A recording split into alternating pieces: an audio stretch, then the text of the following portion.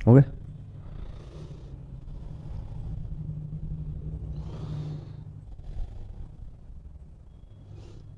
अभी तो वेटिंग ही दिखा रहा है। हो गया ना। नमस्कार सभी दोस्तों को, स्वागत है आप सभी का सुबह की मैथ्स क्लास के अंदर। और सुबह सुबह बड़े जोश के साथ आप लोग साइंस की क्लास लेते हैं, उसके बाद मैथ सेक्शन के ऊपर आते हैं। और मैथ सेक्शन में हमारा चला हुआ है मेंसुरेशन। पहले दिन मैंने आपको बिल्कुल बेसिक पैटर्न पढ़ाए थे और उसके बाद आपको मैंने कल 30 क्वेश्चन 31 क्वेश्चन हमने किए थे। आज उसके आगे की सीरीज को लेकर आगे बढ़ते हैं। मेंसुरेशन के अंदर एक भी नंबर नहीं कटेगा, सारी चीजें आपको याद हो जाएंगी। तो सिर्फ आपको एक बात का ध्यान रखना है, सिर्फ आपको एक बात का ध्यान रखना है। किस बात का भाई?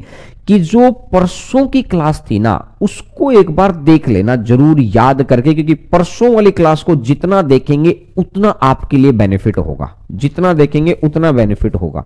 चलो स्टार्ट करते हैं दोस्त आज की क्लास को लेकर। देखिएगा, पहला नंबर क्वेश्चन आपकी स्क्रीन के ऊपर, question number 1। Question number 1, first number question. किसी आयताकार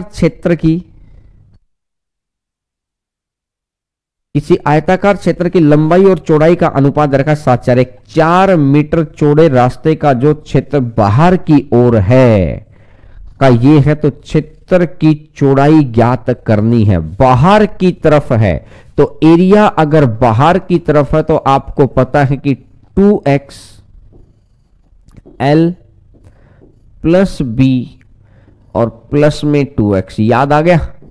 एरिया अगर बाहर की तरफ है तो ये आपको याद आ गया कि नहीं आ गया? बोलो। तो इसने मुझे बोला है कि 7 और 4 है और 4 मीटर चौड़ा रास्ता, तो 2 गुना 4 8 हो जाएगा। तो 7 प्लस 4 11x और प्लस में 8 इज इक्वल टू एरिया कितना हो जाएगा? एरिया दे रखा है 416। एरिया दे रखा है 416। तो मैं यहां से देखूंगा 8 पंजा 40, 8 पंजा 40 बचेगा 1, 8 दूनी 16।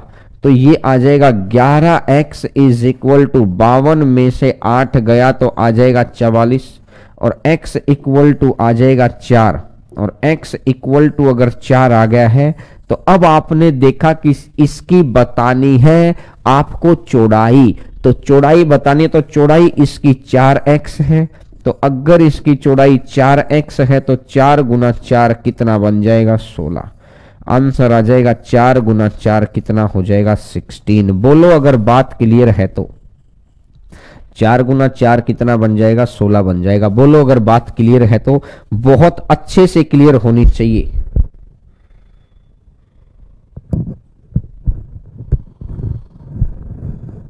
देखो अगर बात आपको क्लियर है तो ठीक है भाई।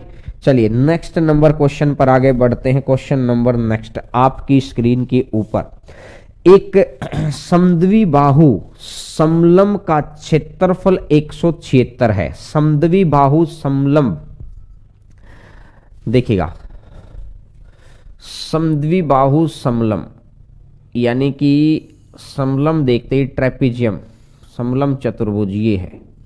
और समद्विबाहु का मतलब ये है, समद्विबाहु का मतलब ये है कि जो ये वाली लाइन है ये दोनों बराबर हैं, ये जो दोनों रेड लाइन है ये दोनों बराबर हैं। समद्विबाहु का मतलब ये होता है, समद्विबाहु का मतलब ये है, ठीक है। ये दोनों रेड वाली लाइन बराबर है। इसकी ऊंचाई समानांतर भुजाओं के योग का कितने गुना है? इतने गुना है, 2/11। और the ratio of length and breadth is 4:7 है। 4:7 लिख लो, 7:4 लिख लो, इससे कोई फर्क नहीं पड़ता। तो ये वैसे 7:4 आएगा। देखो अगर मैं ये 7 मान लेता हूं तो इसका मतलब ये कितना रहा होगा? ये 4 रहा होगा और ये 4 रहा होगा। 7 4 11, तो इसकी हाइट कितनी रही होगी? 11 का 2/11, 7 4 11 और 11 का 2/11 और 11 का अगर मैं 2/11 करता हूँ, 11 से 11 कट गया तो कितना आ जाएगा, ये हाइट कितनी आ जाएगी 2। लेकिन ये मैंने 7x मानी है, ये मैंने 4x मानी है, तो ऑटोमेटिक हाइट भी कितनी आ गई है 2x। ऑटोमेटिक हाइट भी कितनी आ गई है 2x। बिल्कुल धीरे धीरे चीज को ध्यान से समझना, क्वेश्चन क्या कह रहा है। अब ये कह रहा है कि विकल्प में लंबाई क्या होगी, एरिया दे रखा है, एरिया दे रखा है तो आपके सामने बिल्कुल स्पष्ट बात क्लियर है कि half of sum of parallel sides 7 4 11x into में perpendicular distance between them, into में परपेंडिकुलर डिस्टेंस बिटवीन देम, तो इनटू में आ जाएगा 2x, half of sum of parallel side into perpendicular distance between them is equal to 176 है।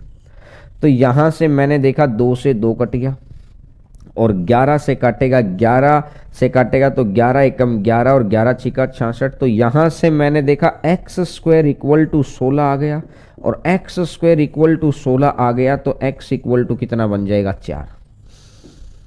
x equal to कितना बन जाएगा 4 बन जाएगा। बोलो यहां तक बात क्लियर है। और x अगर 4 हो गया तो लंबाई का विकल्प चाहिए है, तो लंबाई कितनी हो जाएगी, लेंथ, लेंथ इसकी कितनी हो जाएगी 7 गुना 4, लेंथ हो जाएगी 7 गुना 4, क्योंकि लंबाई का रेशो है 7:4 है, तो इसका मतलब 7 गुना 4 कितनी हो जाएगी 28 हो जाएगी, तो ये आ जाएगा 28। दूसरी लंबाई कितनी है, इसने बोला है ना कि find the length of diagonal. अच्छा डायगोनल निकालना है ना यार, डायगोनल निकालना है भाई। अब मेरी बात को गौर करके सुनना, डायगोनल निकालना है तो सर एक बार क्वेश्चन को हटा, ये क्वेश्चन हटा दीजिएगा, मैं थोड़ा सा एक बार और चीजों को बता दूं। अब मुझे अगर डायगोनल निकालना है तो आपको पता है कि 7 गुना 4 28 हो गया। चलो मैं एक फिगर यहां बना देता हूं ताकि आपको क्लियर हो जाए सारी बातें, चाहे मैं थोड़ा छोटा बना देता हूं। 7 गुना 4 28 हो गया, तो ये वाली चीज है और ये वाली चीज है। अगर भाई 28 है और 4 गुना 4 16 है तो ये 16 रहेगा, तो मैंने यहां पे क्या किया है, ये बनाकर ये और यहां से ये बना दिया, यहां से ये बना दिया, तो ये भी 16 हो गया। बोलो अगर ये 16 है तो ये भी 16 हो गया कि नहीं हो गया, बोलो बात क्लियर है। अगर ये 16 हो गया और ये भी 16 हो गया, ठीक है। देखिए अब अगर ये दोनों साइड बराबर होती हैं तो ये बात मैं आपको थ्योरेटिकल सेक्शन में बता चुका हूं, अगर ये दोनों साइड बराबर हैं तो इसका मतलब ये वाला जो एरिया है ना, ये वाला जो चीज है, ये दोनों बराबर होंगी। जो मैंने डार्क लाइन कर रखी है दोनों बराबर होंगी। ये 16 तो ये 16, ये टोटल कितना है 7 गुना 4, तो 7 गुना 4 28 है, टोटल 28 है, तो 16 का 6 इधर कर दो 22 और 6 इधर कर दो 28। बोलो बात क्लियर है। अगर ये बात यहां से अगर क्लियर हो गई तो अब मेरे को चाहिए है डायगोनल, ये रेड वाली चीज मेरे को चाहिए है, ये डायगोनल। तो डायगोनल के लिए आपको पता है क्या करना है, डायगोनल के लिए diagonal D square is equal to 16 6 22 का स्क्वायर, 22 का स्क्वायर प्लस ये जो हाइट है, ये 16 6 22 का स्क्वायर प्लस में हाइट, हाइट है समानांतर भुजाओं के जोड़ का 2/11। तो यहां से मैं हाइट निकाल देता हूं, यहां मैं हाइट निकाल देता हूं। समानांतर भुजाओं का जोड़ कितना है 11 गुना 4 44, 7 4 11x है, 11x का मतलब 44 है, 44 का 2/11, तो 44 का 2/11 करूंगा तो ये आ जाएगा 4 दूनी 8, ये आ गया है भाई साहब 8। तो 22 का स्क्वायर प्लस में 8 का स्क्वायर, और डी निकालना है तो इसका कर दो अंडर रूट, डी निकालना तो इसका कर दो अंडर रूट, तो ये आ जाएगा 484 प्लस में 64, प्लस में 64 4 4 8 8 6 14 4 1 5 548 है, d इक्वल टू √548 है तो ठीक है, नहीं तो इसको और सोल्व कर सकते हैं अपन, इसको और सोल्व कर सकते हैं। मुझे दिखाई दे रहा भैया 4 से भाग जाएगा तो 2 तो बाहर आएगा ही आएगा, मेरे को दिखाई दे रहा है। अगर आपको √48 आपको 548 दिखाई दे जाए तो बहुत अच्छी बात है, नहीं तो 4 बाहर निकाल लो, और 4 बाहर निकालेंगे तो 2 तो बाहर आएगा ही आएगा, और 2 बाहर आएगा तो यहां से देखा मैंने 4 से जाएगा 1 बार, 4 से जाएगा 3 बार, और 4 से जाएगा 7 बार, तो शायद ये आपके ऑप्शन में है 2√137, 2√137, तो आंसर आ जाएगा ये। आसान क्वेश्चन है, लेकिन आपका जो स्टैंडर्ड है ना उसके अंदर ये क्वेश्चन बिल्कुल फिट बैठता है कि जो एनटीपीसी का स्टैंडर्ड है उसके हिसाब से। ये क्वेश्चन एसएससी के अंदर 10 साल पहले पूछा गया था, लेकिन आज के दिन हमको इतना तो पता है कि 10 साल पहले पूछे गए क्वेश्चन को आपको ऐसे करना है। तो कैसे करना, ये 4x है, ये 7x है, ये दोनों साइड बराबर हैं। समद्विबाहु का मतलब ये होता है ये दोनों साइड बराबर हैं, ये दोनों साइड बराबर हैं तो इनका मतलब क्या निकला, ये दोनों साइड बराबर हैं तो इनका मतलब ये निकला कि जो ये पोर्शन है ये वाला, और जो ये पोर्शन है, ये जो नीचे वाला पोर्शन है, इसका मतलब ये भी बराबर है। मतलब निकालना सीखो कि अगर दोनों साइड वाली भुजाएं बराबर हैं तो इसका मतलब ये भी बराबर है। बराबर है तो मैंने ब्रेक कर लिया, 6 में ब्रेक कर लिया, तो इस हिसाब से अब डायगोनल निकालना अब तो बड़ा आसान हो गया है। अब आपको डायगोनल निकालना बड़ा आसान है। ये यहाँ पर 8 आपको दे ही रखा है, ठीक है, ये 8 आपको दे ही रखा है। तो चलिएगा दोस्त, नेक्स्ट नंबर क्वेश्चन पर आगे बढ़ते हैं। क्वेश्चन नंबर नेक्स्ट आपकी स्क्रीन के ऊपर 4 डेसीमीटर भुजा वाली वर्गाकार टाइल्स द्वारा 8 मीटर लंबे और 6 मीटर चौड़े फर्श में बनाने में कितनी वर्गाकार टाइलें होंगी। फर्श पे जब भी टाइलें बिछानी हैं तो टाइलों का जोड़कर क्षेत्रफल और एरिया ऑफ फ्लोर, यानी फर्श का क्षेत्रफल और सभी टाइलों का क्षेत्रफल बराबर होना चाहिए। तो फर्श का क्षेत्रफल कितना होगा, 1 मीटर कितने डेसीमीटर होते हैं, 10। तो देखो 8 गुना 10 डेसीमीटर आ गया, इनटू में 6 गुना 10 इन डेसीमीटर आ गया। अब ये तो हो गया कमरे का क्षेत्रफल, ये तो हो गया कमरे का क्षेत्रफल, और अगर कमरे का क्षेत्रफल है इसके बराबर टाइल का क्षेत्रफल, वर्गाकार टाइल है, वर्गाकार टाइल है तो 4 गुना 4, और ऐसी ऐसी कितनी टाइलें हैं, n टाइल हैं, तो 4 से काटूंगा 2 बार, और 2 से काटूंगा 2 बार, और 2 से काटूंगा 3 बार, 10 10 100 और 100 या 300, तो इसका हिसाब से नंबर ऑफ टाइल आपकी कितनी आ जाएंगी, 300। टाइलों की संख्या कितनी आ गई है, 300। बोलो अगर बात क्लियर है तो। आपको सिंपल एक ही तरीके से काम करना है कि बस एक चीज पता होनी चाहिए थी, 1 मीटर किसके बराबर होता है, 10 डेसीमीटर के। 1 मीटर किसके बराबर होता है, 10 डेसीमीटर के। ये चीज आपको पता होनी चाहिए, 1 मीटर बराबर है 10 डेसीमीटर। ये चीज अगर आपको पता है तो 8 गुना 10 और 6 गुना 10 ये डेसीमीटर में आ गया, यूनिट बराबर होनी चाहिए। ये 4 गुना 4 वर्गाकार टाइल का क्षेत्रफल, एक टाइल का क्षेत्रफल गुणा में n टाइलों का क्षेत्रफल, तो आंसर आ जाएगा ये वाला। बोलो अगर बात क्लियर है तो। चलिएगा देखिए नेक्स्ट नंबर क्वेश्चन पर आते हैं। क्वेश्चन नंबर नेक्स्ट आपकी स्क्रीन के ऊपर 12 सेंटीमीटर आधार वाले एक त्रिभुज के क्षेत्रफल 12 सेंटीमीटर भुजा वाले वर्ग के क्षेत्रफल के बराबर हो। वर्ग का क्षेत्रफल तो त्रिभुज का शीर्षलंब कितना होगा, तो इसने भाई साहब क्या बोला है कि अगर जो त्रिभुज का एरिया है और 12 वाला जो ये स्क्वायर है, स्क्वायर का जो एरिया है, एरिया बराबर है, एरिया बराबर है तो इसका एरिया कितना हो जाएगा, 12 गुना 12। इसका एरिया कितना हो जाएगा, 12 गुना 12 144। कभी इसको 144 लिखो ही मत, इसको ऐसा लिखो 12 गुना 12। सर 144 क्यों ना लिखें, अरे अब तो संख्या आसान है, आगे आपको पता है कटिंग पटिंग करनी है, काहे को आप बढ़ा रहे हैं बात को। 12 गुना 12 लिख लिया। और किसी भी ट्रायंगल की ये होती है हाइट, एल्टीट्यूड को बोलते हैं शीर्ष लंब, शीर्ष से डाला गया लंब, शीर्ष से डाला गया लंब, इसको एल्टीट्यूड को बोलते हैं शीर्ष से डाला गया लंब, ये हाइट है। तो यहां से अगर मैं देखूंगा हाफ ऑफ बेस, बेस कितना है, 12 की भुजा है, half of base into height, और इनटू में हाइट है, इनटू में हाइट है, इज इक्वल टू 12 गुना 12 है। मैंने इसलिए मना किया था 12 से 12 कट जाएगा और h उधर, ये 2 उधर चला गया तो h बराबर कितना बन जाएगा, 24 बन जाएगा।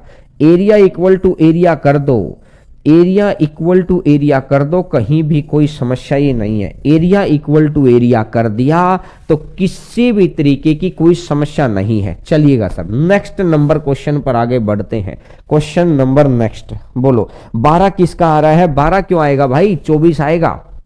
देखो 120 सेंटीमीटर परिमाप वाले वर्ग में बड़े से बड़े वृत्त का क्षेत्रफल कितना होगा, ये बात मैं आपको सिखा चुका हूं। 120 का परिमाप है, अगर परिमाप 120 का है तो आपको भी पता है कि 4a बराबर 120 है, 4a बराबर 120 है। अगर 4a बराबर 120 है तो a बराबर कितना आ जाएगा, 30 आ जाएगा। 4a बराबर 120 है तो a बराबर कितना आ जाएगा, 30 आ जाएगा। और a अगर 30 आ गया तो आपको पता है इसके अंदर जो सर्कल बनेगा, इसके अंदर जो सर्कल बनेगा, इस सर्कल का एरिया, इसके अंदर जो सर्कल बनेगा, इस सर्कल का एरिया क्या होता है, इस सर्कल का जो रेडियस है ना, इस सर्कल का जो रेडियस है इस भुजा का आधा होगा। इस सर्कल का रेडियस इस भुजा का आधा होगा। जब ये मैंने आयत पढ़ाया था तब भी बताई थी आपको ये बात, आयत पढ़ाते वक्त भी ये बात बताई थी कि जो छोटी भुजा है उसके बराबर सर्कल का डायमीटर होता है, छोटी भुजा है उसके बराबर सर्कल का डायमीटर होता है। तो आपको पता है कि 22/7, और इसका अगर मेरे को आंसर चाहिए है 22/7 तो आ गया पाई आर स्क्वायर। आर कितना है, 30 का आधा 15, तो ये आ जाएगा 15 का स्क्वायर। तो मुझे पहला ही ऑप्शन नजर आ रहा है 22/7 15 का स्क्वायर। छोटी छोटी बातें हैं, बोलो छोटी छोटी बातें हैं, वेरी गुड। देखिए कुछ बच्चे लिख रहे हैं बी ऑप्शन, मुझे समझ नहीं आ रहा, गलत मजे ले रहे हैं कि गलत देने की आदत है। ये मजे लेने की आदत भी आपकी गलत आदत बन जाती है। गड़बड़ ना करें, चीजों को जवाब तभी दे जब आप श्योर हैं। इससे क्या है, आदत बन जाएगी आपको कैसी चीजों की कि आप वहां पर वही क्वेश्चन अटेम्प्ट करेंगे जिसपे श्योर है। क्योंकि अगर आप अनश्योरिटी वाले क्वेश्चन अटेम्प्ट करते हैं और वो गलत होते हैं, जनरली वो गलत ही होते हैं, तो अगर गलत होते हैं तो आपके लिए दिक्कत बन जाती है। फिर देखो, किसी वर्ग के चारों कोनों पर 4 सेंटीमीटर त्रिज्या वाले 4 वृत्त एक दूसरे को स्पर्श करते हैं, तो वर्ग और वृत्त के बीच, किसी वर्ग के 4 कोनों पर 4 सेंटीमीटर त्रिज्या वाले 4 वृत्त in the 4 corners touch each other externally, then the area of the portion between the square and the 4 sectors.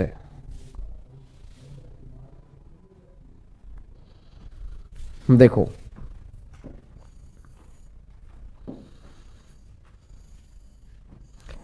मुझे इस स्टेटमेंट के अंदर थोड़ी सी गड़बड़ लग रही है, क्योंकि ऊपर भैया सेक्टर लिख रखा है, नीचे वृत्त लिख रखा है। मैं एक बार वृत्त मान के देखता हूं इस क्वेश्चन को।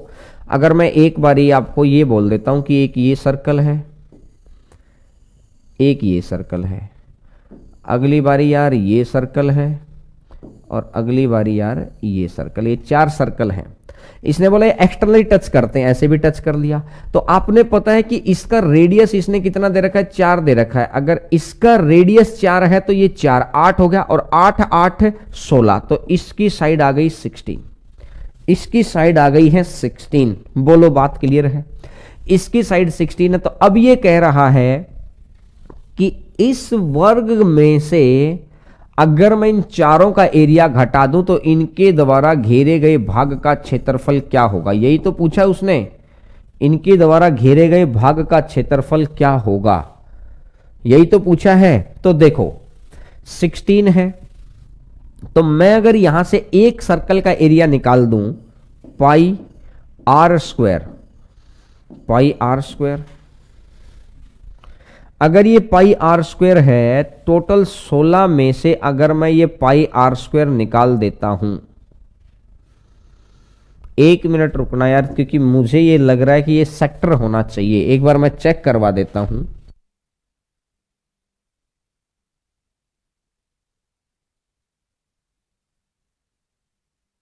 हाँ, क्योंकि जो स्टेटमेंट है ना सर, ये कोनों पर है। हाँ, ये कोनों पर, मैं यही तो बता रहा हूं। ये चीजें कंफ्यूजन इसलिए हो रखा है इस क्वेश्चन में कि कोनों पर तो ये होता है दोस्त। अब इसको तो अपन सेक्टर भी बोल सकते हैं। इंग्लिश की स्टेटमेंट हमको कह रही है ये बना दो, हिंदी की स्टेटमेंट हमको कह रही है ये बना दो। ये मुझे लगता है कि ये वाला पोर्शन मिलेगा आपको, मुझे लगता है ये वाला पोर्शन मिलेगा। और 4 अगर है रेडियस, 4 रेडियस है तो ये 4 हो जाएगा, तो ये टोटल 8 हो जाएगा। ये 8 हो जाएगा, तो ये 64 माइनस पाई आर स्क्वायर हो जाएगा 16। हाँ ये है भाई, देखो ये ऑप्शन भी दिखाई देगा, ये ऑप्शन भी दिखाई देगा। इस क्वेश्चन को अपन सही करा देंगे, मेरे को दिखाई देगा ऑप्शन भी। बी ऑप्शन मैथ्स भी खा रहा है इसका। देखो ये क्या कह रहा है कि ये एक वर्ग है, ये एक वर्ग है, वर्ग के 4 सेक्टर बना दिए, ये 4 सेक्टर बना दिए जो एक्सटर्नली आपको टच भी कर रहे हैं। ये 4 सेक्टर हैं जो एक्सटर्नली आपको टच भी कर रहे हैं। अब ये कह रहा है कि जो ये एरिया है ना यार, जो ये एरिया है,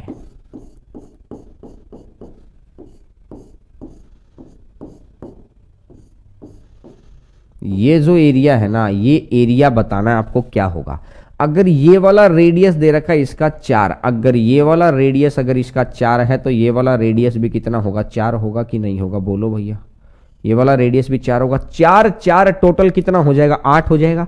4 4 टोटल 8 हो जाएगा।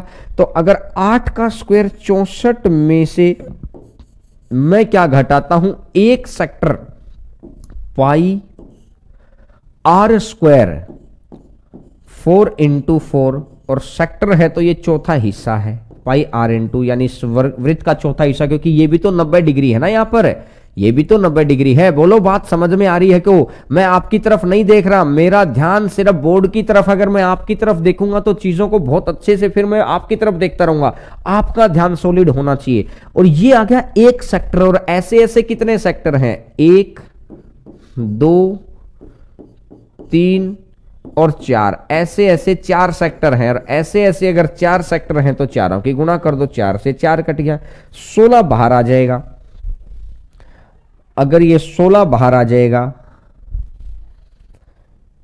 16 चौका 64 माइनस, बिल्कुल अगर मैं 16 को बाहर कर लेता हूं तो 4 माइनस पाई, तो आंसर आ जाएगा 4 माइनस पाई। ये क्वेश्चन का आंसर ये है। इसकी मैं स्टेटमेंट को सही करवा के आपको दे दूंगा, इसकी स्टेटमेंट को सही करवा के मैं आपको दे दूंगा। ये वृत्त की बजाय सेक्टर दे रखा है, ठीक है।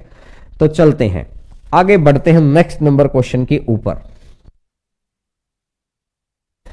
4 3 सेंटीमीटर त्रिज्या वाले वृत्त एक दूसरे को स्पर्श करते हैं तो चारों वृत्तों द्वारा घेरा गया क्षेत्रफल कितना होगा, यह बोला गया है। 4 वृत्त हैं, एक दूसरे को स्पर्श करते हैं, जिनका इक्वल एरिया है,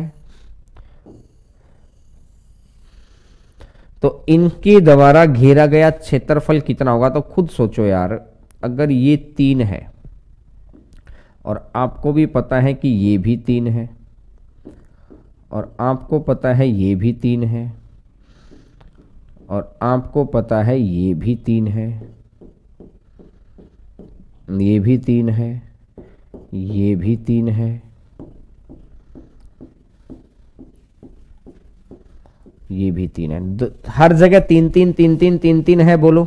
और हर जगह अगर 3 3 3 3 है, तो अगर मैं इस स्क्वायर में से ये चारों सेक्टर घटा लूंगा, अगर मैं इस स्क्वायर में से ये मैं चारों सेक्टर घटा लूंगा, तो क्या ये रेड कलर वाला बच जाएगा कि नहीं बच जाएगा, मुझे बताओ।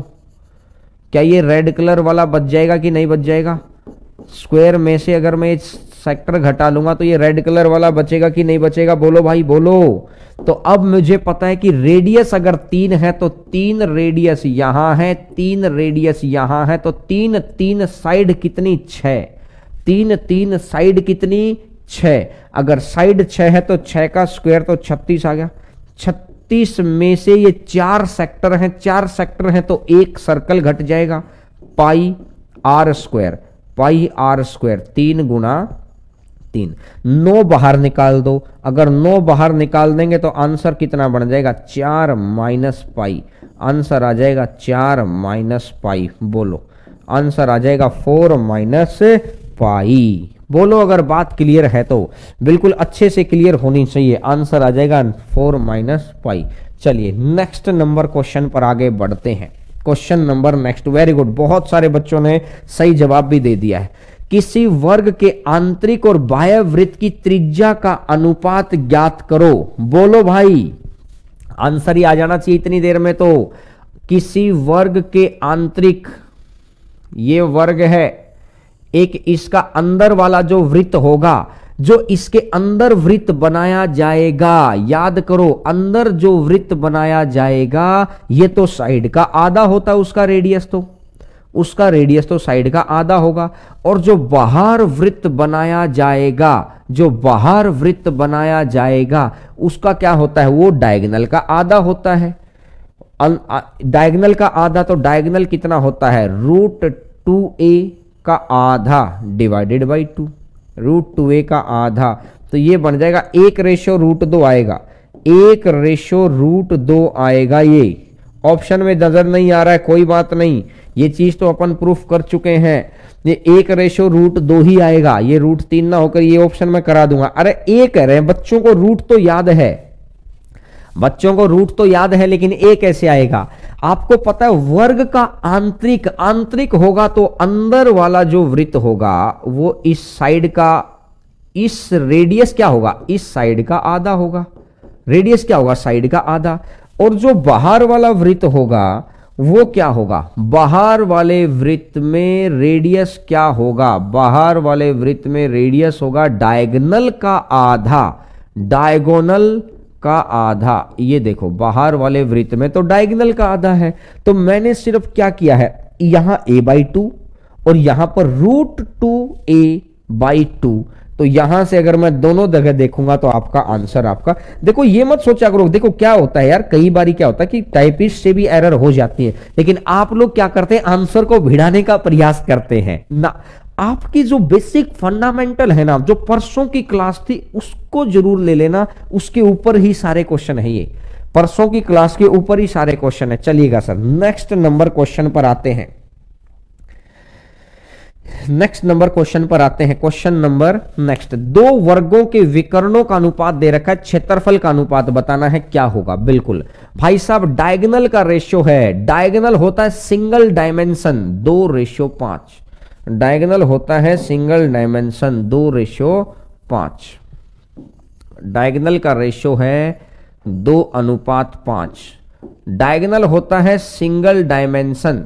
तो एरिया, एरिया आपको निकालना है, एरिया होता है डबल डायमेंशन। तो डबल डायमेंशन के लिए 2 का स्क्वायर कर दो 4 और 5 का स्क्वायर कर दो 25, तो आंसर आ जाएगा 4:25। आंसर आ जाएगा 4:25। 1 डायमेंशन से जब भी 2 डायमेंशन पे जाना, इस बात पे तो कल भी डिस्कशन हुआ था। जिस बच्चे को ये अगर था कि सर आप तो कह साइड रहे हैं, ले डायगोनल रहे, तो मैंने कल बताया तो था कि डायगोनल लो, साइड लो, ये है तो सिंगल डायमेंशन ही सारी चीज। तो आंसर कितना आ जाएगा 4:25। नेक्स्ट नंबर बात पर आगे बढ़ते हैं। 38 मीटर और 32 मीटर चौड़े, 38 मीटर लंबे, 38 सेंटीमीटर लंबे और 32 सेंटीमीटर चौड़े आयताकार मैदान में खींचे गए आयताकार पथ की चौड़ाई ज्ञात करनी है, जिसका क्षेत्रफल इनसाइड मैदान, आयताकार मैदान में खींचे गए। ठीक है, देखो मुझे ये कह रहा है कि 38 है और इसके अंदर, में का मतलब तो अंदर ही तो है, या बाहर बोलता भाई, मे का मतलब ये मुझे लगता है ये अंदर ही कह रहा है, जहां तक मेरा दिमाग काम कर रहा है। ठीक है, अब मैं ये कह रहा हूं कि इसके अंदर है, तो अंदर वाला फॉर्मूला आपको याद होना चाहिए, 2xl + b अंदर है तो माइनस, अंदर है तो -2x, ठीक है। तो l प्लस बी कितना हो जाएगा, 30 30 60 70, l प्लस बी तो हो गया है 70। बाई ऑप्शन, बाई ऑप्शन उठाना है अब आपको। 5 उठा लो, मेरे को दिखाई दे रहा है सबसे पहले आसान दिखाई दे रहा है 5। 5 अगर दिखा दिया तो मैंने अगर 5 ऑप्शन उठाया तो 2 गुना 5 10, 2 गुना 5 10 हो जाएगा। चलो मैं इसको 2 गुना 5 ही लिख देता हूं, आपको पता रहेगा। बाई ऑप्शन मैंने इसको 2 गुना 5 उठा लिया और मैंने इसको क्या कर दिया है, इसको भी मैंने 2 गुना 5 उठा लिया, ठीक है। तो 70 में से 10 गया तो 60, और 60 गुना 10 कितना हो जाएगा 600। 60 गुना 10 कितना हो जाएगा 600, तो आंसर आ जाएगा 600। बोलो भैया 60 गुना 10 कितना हो जाएगा 600, तो आंसर आ जाएगा 600। बोलो बात क्लियर है। तो बाई ऑप्शन मैं यहां लिख देता हूं, बाई ऑप्शन आपको क्या करना है, ऑप्शन उठाकर कंडीशन सेटिस्फाई करनी है। बाई ऑप्शन आपने सबसे पहले ही 5 दिखाई दे गया, क्योंकि मेरे को सबसे छोटी संख्या 5 नजर आ रही थी, और 5 नजर आ रही थी तो आपने क्या किया है 5 कर लिया। चलिए नेक्स्ट नंबर क्वेश्चन पर आगे बढ़ते हैं। क्वेश्चन नंबर नेक्स्ट है, किसी 16 मीटर और 30 मीटर आयताकार क्षेत्र के कोने पर 4 मीटर लंबा हाथी है, ठीक है भाई। वह क्षेत्र के विपरीत कोने तक पहुंचने में 15 सेकंड लेता है, तो स्पीड ऑफ एलिफेंट बतानी है कितना होगा। 16 मीटर 30 मीटर का मतलब होगा कि आयताकार क्षेत्र है। 16 मीटर 30 मीटर का मतलब क्या है, 16 मीटर 30 मीटर का मतलब है आयताकार खेत है। इस आयताकार के अंदर ये कितना रहा होगा, ये 30 रहा होगा और ये 16 रहा होगा। अब ये कह रहा है कि एक हाथी है, और हाथी क्या करता है, ये डायगोनली जाता है, एक कोने से दूसरे कोने तक पहुंचता है। यही तो कह रहा है वो, डायगोनली।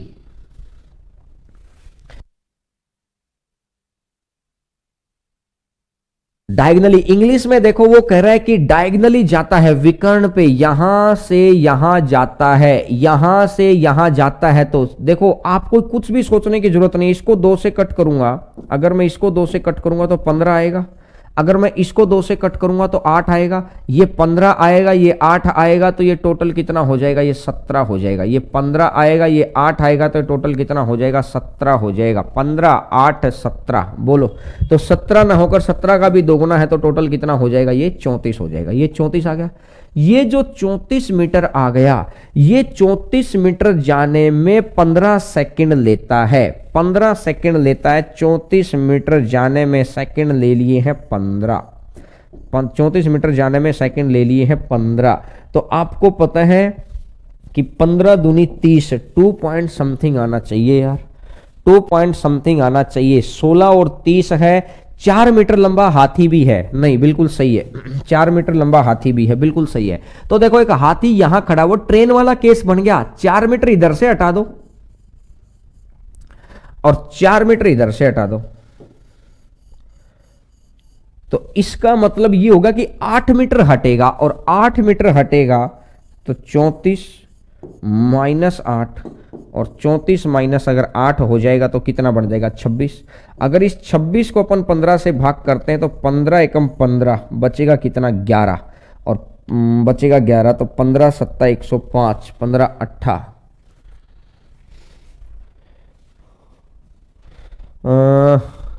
हाथी 4 मीटर का है ना, तो इसका मतलब है कि 4 मीटर हटेगा ना यार, हाथी तो एक ही जगह से कैलकुलेट होगा ना। तो 4 मीटर हट गया तो ये बच गया 30 मीटर। ये 30 मीटर जाना है, 15 सेकंड में पहुंचता है, तो इसका मतलब स्पीड आ जाएगी 2 मीटर पर सेकंड। स्पीड आ जाएगी 2 मीटर पर सेकंड। देखो बस आपने क्या किया, सबसे पहला काम था 30 और 16, तो ये निकाल दिया 34। यहां तक तो क्लियर हो गया। आपने कैसे निकाला, पहले इसको कट कर दिया तो 2 से 15 था, 2 से 8 था। कल ट्रिपलेट याद कराए थे, 15 8 17, 15 8 17, 15 दूनी 30, 8 दूनी 16, 17 दूनी 34, 15 दूनी 30, तो 17 दूनी 34। क्लियर है भैया। अब मैंने देखा,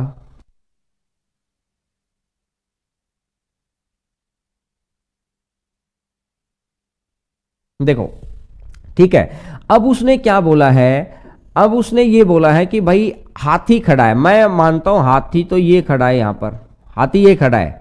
अब यहां से शुरू करेगा हाथी और शुरू, क्योंकि इसके अंदर थोड़ी खड़ा है, यहां पर यहां से शुरू करेगा, चलता रहेगा चलता रहेगा चलता रहेगा और ये यहां तक पहुंचेगा, तो ऑब्वियस सी बात है ये वाला 4 मीटर उसका कट जाएगा। तो 34 में से 4 कट जाएगा, तो टोटल हाथी को कितना चलना पड़ा, हाथी को तो 30 ही चलना पड़ा। और हाथी को अगर 30 चलना पड़ा तो 30/15 कितना आ जाएगा, 2 मीटर पर सेकेंड। देखिएगा, अरे एक आध क्वेश्चन में थोड़ा ऊपर नीचे हो जाता है यार, तुम भी क्या है को मजा मारने के लिए कुछ भी लिखते रहते हो। चलो आगे बढ़ते हैं नेक्स्ट नंबर क्वेश्चन के ऊपर। नेक्स्ट नंबर क्वेश्चन, समचतुर्भुज का परिमाप दे रखा है 2p तथा विकर्णों का योग दे रखा है m, तो समचतुर्भुज का क्षेत्रफल बताना है, क्या होगा। समचतुर्भुज, ये क्वेश्चन तो आपको करने चाहिए, मैंने इस टॉपिक का तो थ्योरेटिकल पोर्शन करा दिया। एकाध ढक्कन ऐसा बैठा ही रहता है कि बस वो देखता रहता है। अब अगर अभी जितने क्वेश्चन कराए हैं ना, उनमें से भी पूछ लूंगा तो भी नहीं आएगा, फिर मैं बोलूंगा बता भाई क्यों नहीं हो रहा।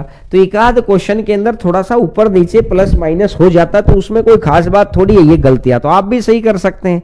देखो, समचतुर्भुज का परिमाप दे रखा है 2p और विकर्णों का योग दे रखा है m, तो समचतुर्भुज का क्षेत्रफल बताओ क्या होगा। अब आप बताइए, मैंने समचतुर्भुज का सब कुछ बता रखा है, मैंने समचतुर्भुज का सब कुछ बता रखा है। ऋषिकेश बताओ भाई, अब आप बताओ इसका आंसर क्या आएगा। मैंने तो समचतुर्भुज का सब कुछ बता रखा है आपको कि भाई क्या इसका पेरीमीटर होता है, क्या इसका डायगोनल होता है, कैसे कैसे ये काम करता है, सब कुछ बता रखा है। अब बताइए आप कि ये चीज, क्योंकि ये तो मैंने परसों की क्लास में बता दी थी, परसों वाली क्लास में जो चीज मैंने बताई थी, ये चीज तो जस्ट उसका रिपीटेशन है कि भाई आपको क्लियर हो जाए।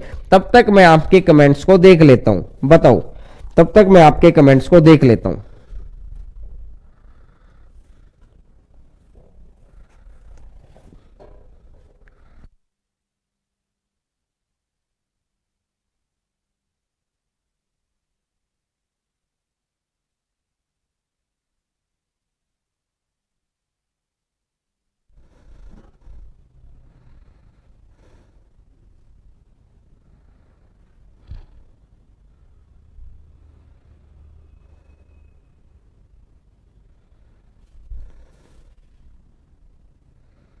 बिल्कुल बिल्कुल सही आंसर है, बिल्कुल सही आंसर है मुकुट का। मैं आपके कमेंट्स देख रहा हूं, बिल्कुल सही आंसर है मुकुट का।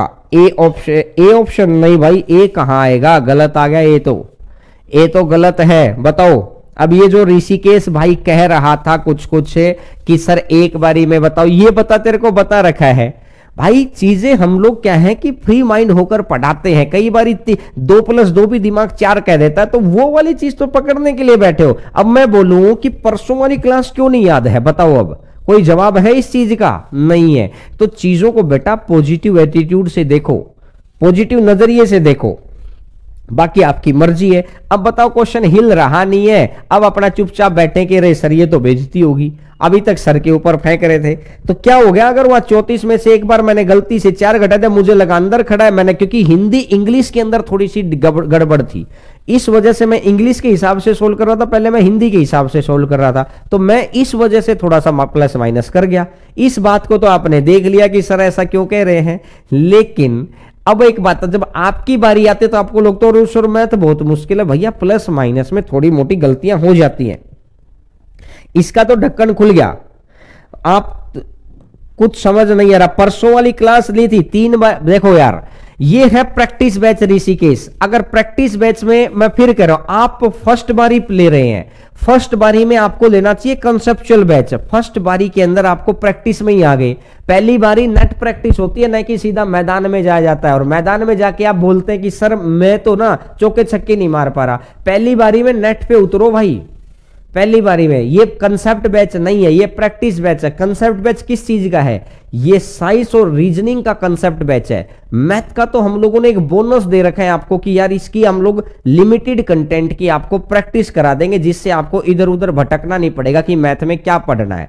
नहीं तो यार इतनी सी फीस के अंदर आपको 3-3 सब्जेक्ट हम लोगों ने दे दिए हैं और क्वालिटी से। साइंस के अंदर कंसेप्ट है और प्रैक्टिस दोनों है, रीजनिंग में कंसेप्ट और प्रैक्टिस दोनों, मैथ का सिर्फ कॉन्सेप्चुअल बैच चला हुआ है, ये प्रैक्टिस बैच चला हुआ है।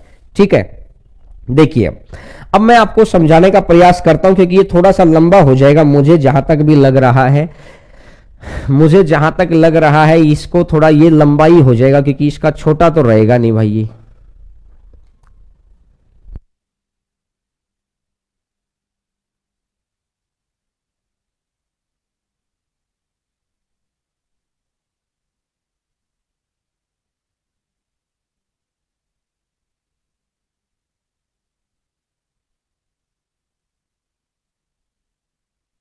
देखो भाई, अगर तरीके से चलेंगे ना तो देखो मैं आपको क्या समझाना चाह रहा हूं, तरीके से चलेंगे तो इसका पेरीमीटर दे रखा है 2p, अगर पेरीमीटर अगर 2p है तो ये भी p/2 है, ये भी p/2 है, और ये भी p/2 है, और ये भी p/2 है।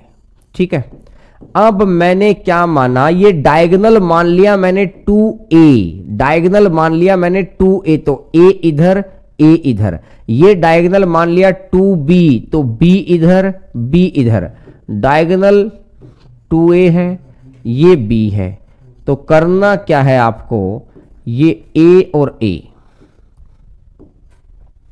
ये 2b आ गया, और अगर ये 2b आ गया है तो ये b हो गया। अब आपको पता है कि ये मिड पॉइंट होता है, तो यहां से मैं देखूंगा a स्क्वायर प्लस में b square is equal to p/2 का स्क्वायर बनेगा। a square plus b square equal to p/2 का स्क्वायर बनेगा। बोलो अगर यहां तक बात क्लियर है तो। अब ये कह रहा है कि डायगोनल है, अगर मैं इसकी इधर कर दूं मैं गुना, तो ये बन जाएगा 4a स्क्वायर प्लस में 4b square, 4a square plus 4b square is equal to कितना बन जाएगा, p का स्क्वायर आ गया, is equal to p square है। अगर मैं ये दो कॉमन निकाल दूं, दो कॉमन निकाल दूं तो ये आ जाएगा 2a स्क्वायर प्लस 2b, चलो चाहिए ये भी मत करो, तो ये दो कॉमन मत निकालो। यहां से आपने p का मान निकाल लिया। अब आपको दे रखा है कि डायगोनल का जोड़ दे रखा है, आपको क्या दे रखा है, आपको दे रखा है 2a प्लस में 2b इक्वल टू m दे रखा है, आपको दे रखा है 2a plus 2b equal to m दे रखा है। यहां आपने ये चीज निकाली है, यहां से इस चीज पे आने के लिए आप क्या करेंगे, यहां पे इस चीज पे आने के लिए आप क्या करेंगे, आप दोनों तरफ स्क्वेयरिंग कर दो।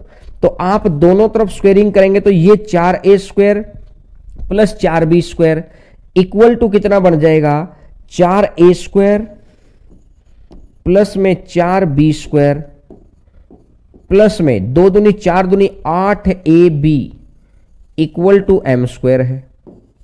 और यहां से अगर मैं देखूंगा 4a स्क्वायर और 4b स्क्वायर को अगर मैं देखूंगा तो इनको मैं लिख सकता हूं m square minus 8ab, m square minus 8ab equal to p square है, m square minus 8ab equal to p square है। मुझे लगता है इस तरह के क्वेश्चन को ना यार, ये बहुत पुराना क्वेश्चन है, मैं तो ये कहूंगा कि देखिए अब इस यहां से p का मान आ गया। अब अगर आपको डायगोनल निकालना, half of d1 into d2, half of d1 into d2 इसका एरिया होता है। आपको क्या निकालना है, समचतुर्भुज का क्षेत्रफल, डायगोनल 1 इंटू डायगोनल 2। अब यहां से डायगोनल 1 आपको इसके अंदर ए बी को और हटाना पड़ेगा, कहने का मतलब 2 स्टेप और बढ़ेंगे इसके। जब भी ये इतना पिटा हुआ क्वेश्चन है, जैसे आपने नॉर्मल रिजल्ट याद किए हैं, एरिया का रिजल्ट याद किया, तो आप इसका तो मुझे लगता है डायरेक्ट रिजल्ट ही देख ले तो ठीक रहेगा। आपके हिसाब से तो डायरेक्ट रिजल्ट अगर देख लोगे तो ठीक रहेगा कि जब भी आपको डायगोनल का जोड़ दे रखा है, जब भी आपको डायगोनल का जोड़ दे रखा है, d1 प्लस d2 दे रखा है m, डायगोनल का जोड़ दे रखा है m, और आपको पेरीमीटर दे रखा है आपको इसका पेरीमीटर भी दे रखा है और पेरीमीटर इसका दे रखा है कितना 2p। तो जैसे मुझे याद है आपको भी ये चीजें डायरेक्टली याद होनी चाहिए कि 1/4 1m² माइनस में पेरीमीटर का आधे का स्क्वायर m² और p², 1/4 m² माइनस p²। ये C और D ऑप्शन सेम हो गया यहां पर, 1/4 m² माइनस p²। इसको मैं सही करा दूंगा, लेकिन आप डायरेक्टली देख लेना, इसको रटना है, ये मान लो। इसको मैं यहां लिख भी देता हूं क्योंकि याद रहेगा तो ज्यादा बेहतर है, रटना है, याद रहेगा तो ज्यादा बेहतर है भैया, रटना है इस वाली चीज को। तो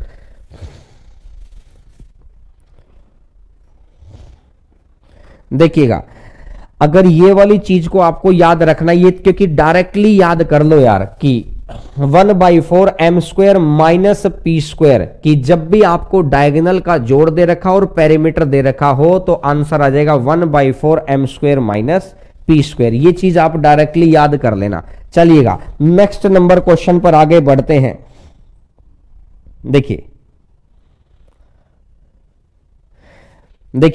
अरे तुम पढ़ लो भाई, पढ़ लो। देखो आप तुम बातचीत में लगे रहोगे तो सीखोगे क्या यार, बातचीत में लगे रहोगे तो सीखोगे क्या। देखो ये एरिया ऑफ ट्रायंगल बताना है, बताओ इसका एरिया कितना आएगा, इसका एरिया बताओ कितना आएगा। 9 दे रखा है, 10 दे रखा है, 11 दे रखा है, 9 10 11।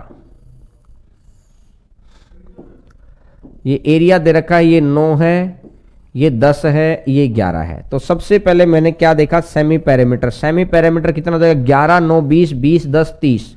तो सेमी पैरामीटर हो जाएगा 30/2 और 30/2 तो कितना हो जाएगा, 15 हो जाएगा। 30/2 तो कितना हो जाएगा, 15 हो जाएगा। तो अब मैं ये कहता हूं कि s इंटू s माइनस ए, s माइनस बी और s माइनस सी, s इंटू s माइनस ए, s माइनस बी और s माइनस सी। इसको 5 गुना, इस 6 को मैं क्या लिख सकता हूं, 3 गुना 2 लिख लूं। 6 को मैं 3 गुना 2 लिख लूं। इसको मैंने 15 और 15 तो ये 15 बाहर आ गया, 4 का ये 2 बाहर आ जाएगा और √2 अंदर रह गया। तो आंसर मेरा कितना आ जाएगा, 15 गुना 2 √2 सेंटीमीटर स्क्वायर। तो 30 √2 सेंटीमीटर स्क्वायर आ जाएगा। बोलो 30 √2 सेंटीमीटर स्क्वायर। वेरी गुड, बहुत अच्छे, गजब। चलिएगा नेक्स्ट नंबर क्वेश्चन पर आगे बढ़ते हैं भैया। क्वेश्चन नंबर 45 नंबर क्वेश्चन पर आगे बढ़ते हैं। अभी सर एक बार क्वेश्चन चलो लगा दिया तो ठीक है। समबाहु त्रिभुज का क्षेत्रफल दे रखा है 400 √3, इसका पेरीमीटर बताना है। समबाहु त्रिभुज, बोलो याद आया क्या, समबाहु त्रिभुज। क्वेश्चन नंबर 45 है ये, क्वेश्चन नंबर 45। समबाहु त्रिभुज, अगर समबाहु त्रिभुज है तो आपको पता है √3/4 a²। √3/4 a² is equal to कितना है, 400 √3। 400 √3, √3 से √3 कट गया तो a² इक्वल टू कितना है, 1600। और a² इक्वल टू 1600 है तो a इक्वल टू कितना है, 4 और डबल जीरो की 0, तो a इक्वल टू कितना हो जाएगा, 40। आंसर आ जाएगा a बराबर है 40। बोलो बात क्लियर हो गई। और a अगर 40 आ गया तो आपको बताना इसका पेरीमीटर। तो 40 गुना 3 पेरीमीटर आ जाएगा, 40 गुना 3। और पेरीमीटर अगर 40 गुना 3 है तो टोटल कितना आ जाएगा, 120।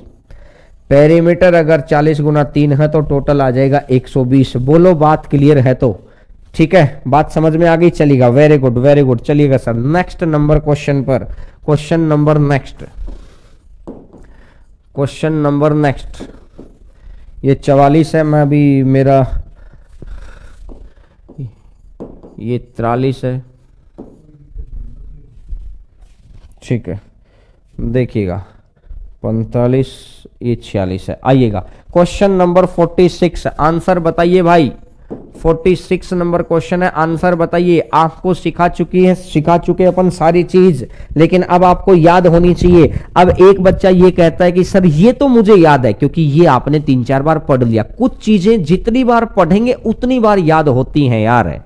देखो किसी समबाहु त्रिभुज के परिवृत्त की त्रिज्या दे रखी है तो अंतःवृत्त की त्रिज्या बतानी है कितनी होगी। परिवृत्त की त्रिज्या होती है a/, √3 और a/√3 कितना है 8 है। तो आपको बताना है एक a कितना हो गया, a इक्वल टू हो गया है 8√3, a इक्वल टू हो जाएगा 8√3, a 8√3 आ गया। और a अगर 8√3 है तो अंतःवृत्त की त्रिज्या बतानी है कितनी हो जाएगी 2√3, 2√3। और ये अगर a है 8√3 और ये आ जाएगा 2√3, √3 से √3 कैंसिल, 2 से आ जाएगा 4 कैंसिल, तो आंसर ये तो आ गया 4। अगर आप तरीके से निकालते तो ये है। और ये बात अब एक बच्चा क्या बोलेगा, हाँ सर मुझे आता है। अरे काहे का आता है यार, ये अगर आपने परसों की क्लास को पढ़ा होता, जो ये जैसे ये भाई कह रहा है ना कि सर हाँ आपका आंसर आ गया, वेरी गुड वेरी गुड। अगर आपने परसों की क्लास को डायरेक्टली पढ़ा होता तो आपको पता होता a/√3 a/2√3। भैया ये a/√3 को 2 से भागी तो दे रहा है।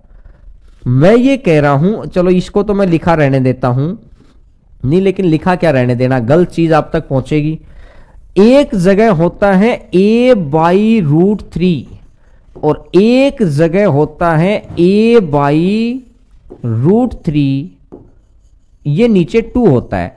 तो खुद सोचो, ये अगर a/√3 है तो ये a/√3 का आधा ही तो है भाई, a/√3 का आधा ही तो है। तो मतलब अगर इसका मान अगर 8 है तो 8 को 2 से भाग दे देंगे तो इसका मान कितना हो जाएगा, 4 हो जाएगा। ये बात डायरेक्ट याद करना ये होता है, न कि आपने तरीके से निकाल के आपने देखा। याद करना ये है। बोलो बात क्लियर है? चलिएगा अब मैं आपको एक बार आपके लिए सेव कर देता हूं सारी चीजें ताकि आप तक पहुंच जाएं। कंफर्म, और ये हो गया है आपके लिए चीजें सेव, ठीक है। चलिएगा सर नेक्स्ट नंबर क्वेश्चन लगा दो, तब तक बच्चे कर लेंगे। नेक्स्ट नंबर क्वेश्चन आप लगा दीजिएगा।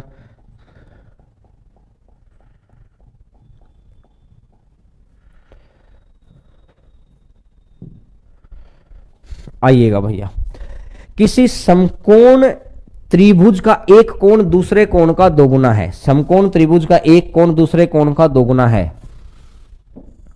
भाई खुद सोचो यार, समकोण त्रिभुज है, ये 90 डिग्री है, एक कोण तो हो गया 90। अब इसने बोला कि बाकी त्रिभुज के तीनों कोणों का जोड़ होता है 180। अगर तीनों कोणों का जोड़ 180 है तो ऑब्वियस सी बात है ये 30 डिग्री होगा, और अगर ये 30 होगा तो ये 60 होगा, तभी तो एक कोण दूसरे कोण का दोगुना हो गया। और 30 और 60 के साथ याद रख लेना रेशो, 30-60 के साथ याद रख लेना √3, ये 1 तो ये 2 होता है। √3 1 और 2 होता है, ये रेशो आपको याद रखना पड़ेगा, हाइट डिस्टेंस में भी याद रखते हैं। तो मैंने देखा कि विकर्ण की लंबाई कितनी दे रखी है, विकर्ण की लंबाई दे रखी है 10। कितने गुना पर बैठा है, 5 गुना पर बैठा है। तो इसका मतलब है कि इसका भी 5 गुना तो ये 5√3, और इसका भी 5 गुना तो ये 5 हो जाएगा। तो अब इसका एरिया चाहिए है half of base 5√3 into height into में 5, तो 25√3, तो यानी 25/2। तो बिल्कुल आंसर आ गया है आपका 25√3 डिवाइडेड बाई 2 और centimetre square. 25√3 divided by 2 centimetre square. चलो नेक्स्ट नंबर क्वेश्चन पर आगे बढ़ते हैं। क्वेश्चन नंबर नेक्स्ट, आपकी स्क्रीन के ऊपर किसी त्रिभुज का आधार 15 है, ऊंचाई 12 है। अन्य त्रिभुज की ऊंचाई ज्ञात करनी है जिसका क्षेत्रफल त्रिभुज के क्षेत्रफल का दोगुना है। आधार 12 है और ऊंचाई 15 है। 12 15 मुझे दिखाई दे गया है। Half of base into height छोड़ो, मुझे क्या डायरेक्टली करता हूं, half of base into height. तो यहां से मैंने एरिया निकाल दिया 90। बोलो यहां तक बात क्लियर हुई, half of base into height. अब एक बात देखो, जिस बच्चे ये काम कर तो वही पाएगा ना जिसको याद है कि half of base into height होता है। अब एक बच्चा सोचने बैठ गया एरिया है कैसे निकलेगा, यार मेरे को तो याद ही नहीं होता। भैया याद करना पड़ेगा। हिस्ट्री कैसे याद होती है, साइंस कैसे याद करोगे, पॉलिटी कैसे याद करोगे, इकोनॉमिक्स कैसे याद करोगे, कैसे याद करोगे भाई? याद तो करना पड़ेगा। जॉब लेनी है तो याद तो करना पड़ेगा। इस चीज का तो कोई समाधान नहीं है। तो देखो जैसे उसने बोला 12 15, half of base into height 90 आ गया। अब ये कह रहे हैं कि अन्य त्रिभुज की ऊंचाई ज्ञात करना, क्षेत्रफल इस त्रिभुज के क्षेत्रफल का 2 गुना। तो दूसरी त्रिभुज का एरिया कितना हो गया 180, और दूसरी त्रिभुज का बेस कितना दे रखा है 20। तो ये आ जाएगा हाफ ऑफ बेस और इनटू में हाइट, इनटू में कर दो h। आपको भी दिखाई देगा, बिल्कुल दिखाई देगा। 0 से 0 कट गई, 2 से 2 कट गया। h बराबर कितना आ जाएगा 18 सेंटीमीटर। h बराबर आ जाएगा 18 सेंटीमीटर। बोलो भाई, अगर बात क्लियर है तो ये छोटी छोटी बातें याद करनी पड़ेंगी। ये तो आप कह ही नहीं सकते मुझे याद नहीं होता। नहीं होता तो भैया जॉब कैसे मिलेगी? जॉब भी चाहिए, याद भी नहीं होता, तो इसका तो कोई लॉजिक नहीं है। जॉब चाहिए होगी तो आपको याद करना पड़ेगा, बस इतनी सी बात है ये। और बहुत अच्छी बात है, ये तो आपको पता है कि ये चीज आपकी कमजोर है, उसी पे काम करो यार। ये देखो, ये तो है यार प्रैक्टिस बैच। मैं फिर बताता हूं, बार बार आपको हर रोज इस चीज को मुझे बताना पड़ता है। ये है प्रैक्टिस बैच।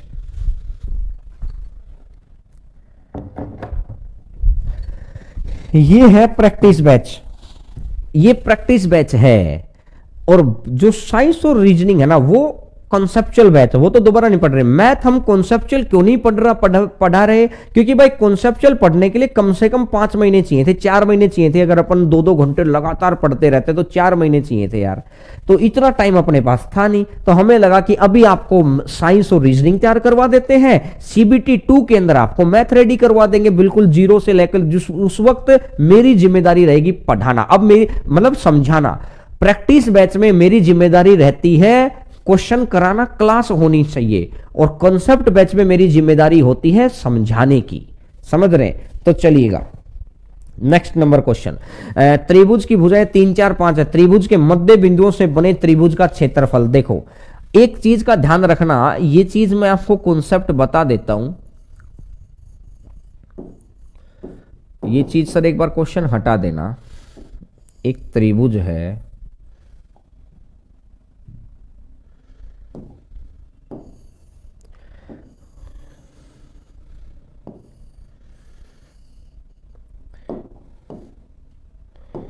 अगर त्रिभुज के मध्य बिंदुओं से एक त्रिभुज बनती है, त्रिभुज के मध्य बिंदुओं से एक त्रिभुज बनती है, तो बाहर वाले इस वाले त्रिभुज का एरिया, मतलब मिड पॉइंट से बने त्रिभुज का एरिया इस बाहर बने त्रिभुज के एरिया का 1/4 है।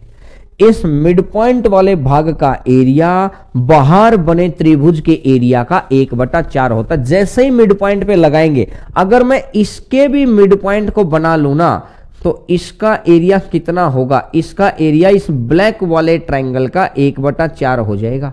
ये अगर इसका एरिया अगर 16 है, तो इस ब्लैक वाले ट्रायंगल का एरिया कितना 4, तो इस अंदर वाले ट्रायंगल का एरिया कितना 1। ऐसे ही बनेगा हमेशा। एरिया मिड पॉइंट मध्य बिंदु से बने त्रिभुज का क्षेत्रफल, मिड पॉइंट मध्य बिंदुओं से बने त्रिभुज का क्षेत्रफल कितना होता है? मध्य बिंदुओं से बने त्रिभुज का क्षेत्रफल पूरे त्रिभुज का 1/4 होता है।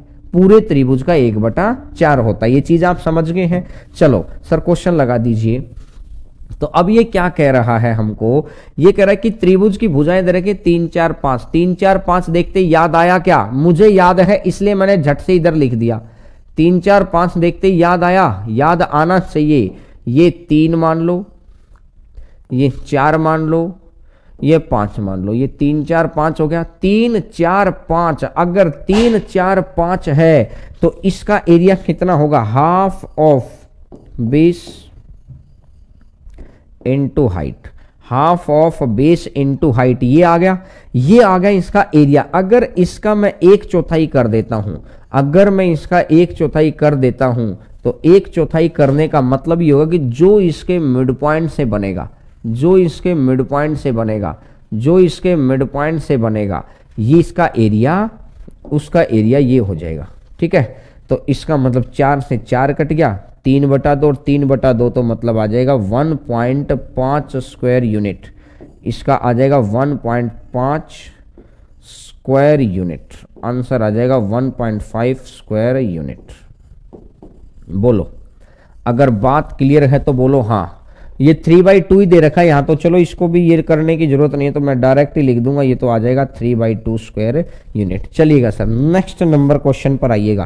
क्वेश्चन नंबर नेक्स्ट आपकी स्क्रीन के ऊपर, क्वेश्चन नंबर नेक्स्ट आपकी, एक त्रिभुज का परिमाप 30 है, क्षेत्रफल भी 30 है, सबसे बड़ी भुजा का माप है 13, सबसे बड़ी भुजा का माप है 13, ये 13 दे रखा है।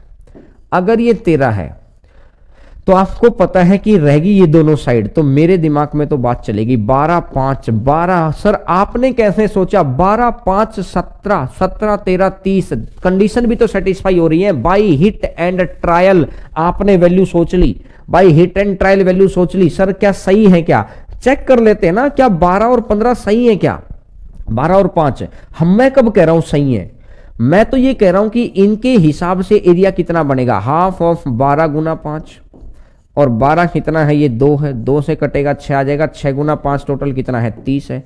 अगर ये 30 है, क्वेश्चन ने कितना दे रखा है, क्वेश्चन ने भी तो 30 ही दे रखा है, क्वेश्चन ने भी 30 ही दे रखा है, ये भी 30 ही है। अगर क्वेश्चन की कंडीशन और ये कंडीशन मैच हो गई, अगर क्वेश्चन की कंडीशन और ये कंडीशन मैच हो गई, तो इसका मतलब ये है कि हमारे द्वारा मानी गई संख्याएं बराबर हैं। इसका मतलब ये है कि हमारे द्वारा मानी गई संख्याएं सही हैं। तो सबसे छोटी भुजा कितनी होगी, तो सबसे छोटी भुजा हो जाएगी 5। सबसे छोटी भुजा कितनी हो जाएगी, 5 हो जाएगी। बोलो, नेक्स्ट नंबर क्वेश्चन पर आते हैं। क्वेश्चन नंबर नेक्स्ट आपकी स्क्रीन के ऊपर, क्वेश्चन नंबर नेक्स्ट, किसी समकोण त्रिभुज का आधार 12 सेंटीमीटर है, शीर्षलंब 5 है, उसके विकर्ण की विपरीत शीर्ष से लंब दूरी ज्ञात करनी है। वो क्या मांग रहा है, इसने बोला किसी समकोण त्रिभुज का आधार 12 है, ये 5 है, और इसका 12 5, तो आपको पता है ये कितना बन जाएगा, ये 13 बन जाएगा। तो ये कह रहा है ये दूरी बतानी है, ये दूरी ये वाली शीर्ष लंब एल्टीट्यूड, ये हाइट बतानी है किस्म से, ये एल्टीट्यूड। और एल्टीट्यूड जहां भी होता है एरिया के लिए होता है, इस बात का ध्यान रखना। एल्टीट्यूड की लंबाई निकालनी है तो एरिया के थ्रू निकलेगी, और एरिया दे रखा है, मतलब एल्टीट्यूड दे रखा है तो हम एरिया निकालेंगे, एरिया दे रखा होता तो एल्टीट्यूड निकालते। तो देखो इस त्रिभुज का किधर से ही एरिया निकाल दो, एरिया तो बराबर आएगा। किसी भी फिगर का एरिया तो कौन सी साइड से निकाल दो, एरिया तो बराबर रहेगा। भाई देखो इसका एरिया अगर मैं निकालूंगा, हाफ ऑफ बेस है 12 और हाइट है 5, half of base into height 12 गुना 5। बोलो ये आ गया एरिया, इक्वल टू एरिया कितना रहेगा, हाफ 13 गुना h। तो हाफ से हाफ कट गया, 12 पंजा 60 बटा 13, तो h बराबर कितना हो जाएगा 60/13। तो ये पॉइंट में है क्या, नहीं 13 चौका 52, 4 सही 8 बटा 13, आंसर आ जाएगा 4 सही 8 बटा 13। बोलो आंसर आ जाएगा 48/13। बोलो क्लियर है। चलिए नेक्स्ट नंबर क्वेश्चन पर, नेक्स्ट नंबर क्वेश्चन पर इसने क्या बोला है मुझे, नेक्स्ट नंबर क्वेश्चन पर, क्लास चल रही है ना, ठीक है ठीक है, हाँ सही चल रही है मेरी, ठीक है। देखिए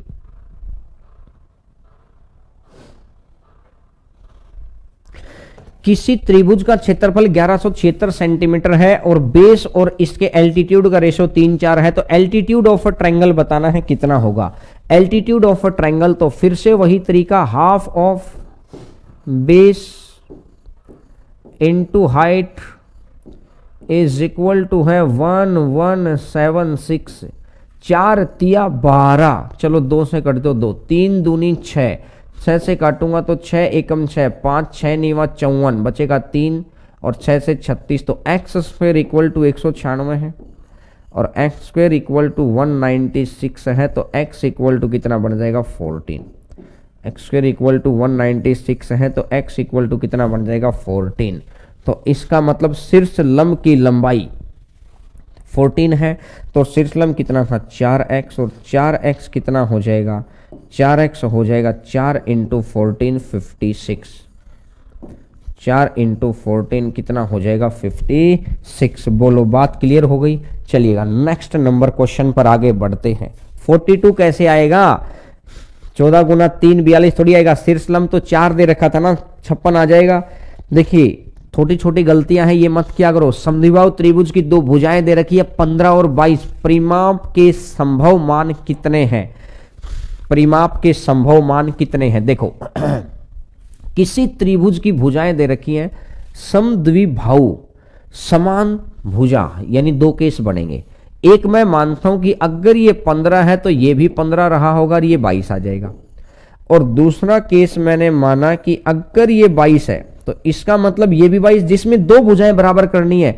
तो जो ये तीसरे वाली भुजा है, जो ये कांटेदार भुजा है, ये कांटेदार भुजा के लिए क्या रहा, इस कांटेदार भुजा के लिए क्या रहा होगा, कांटेदार भुजा के लिए क्या रहा होगा, समद्विबाहु भुजा है। तो ये अगर 15 होगा तो या तो ये 15 है, ये दोनों भुजा बराबर, या ये दोनों भुजा बराबर।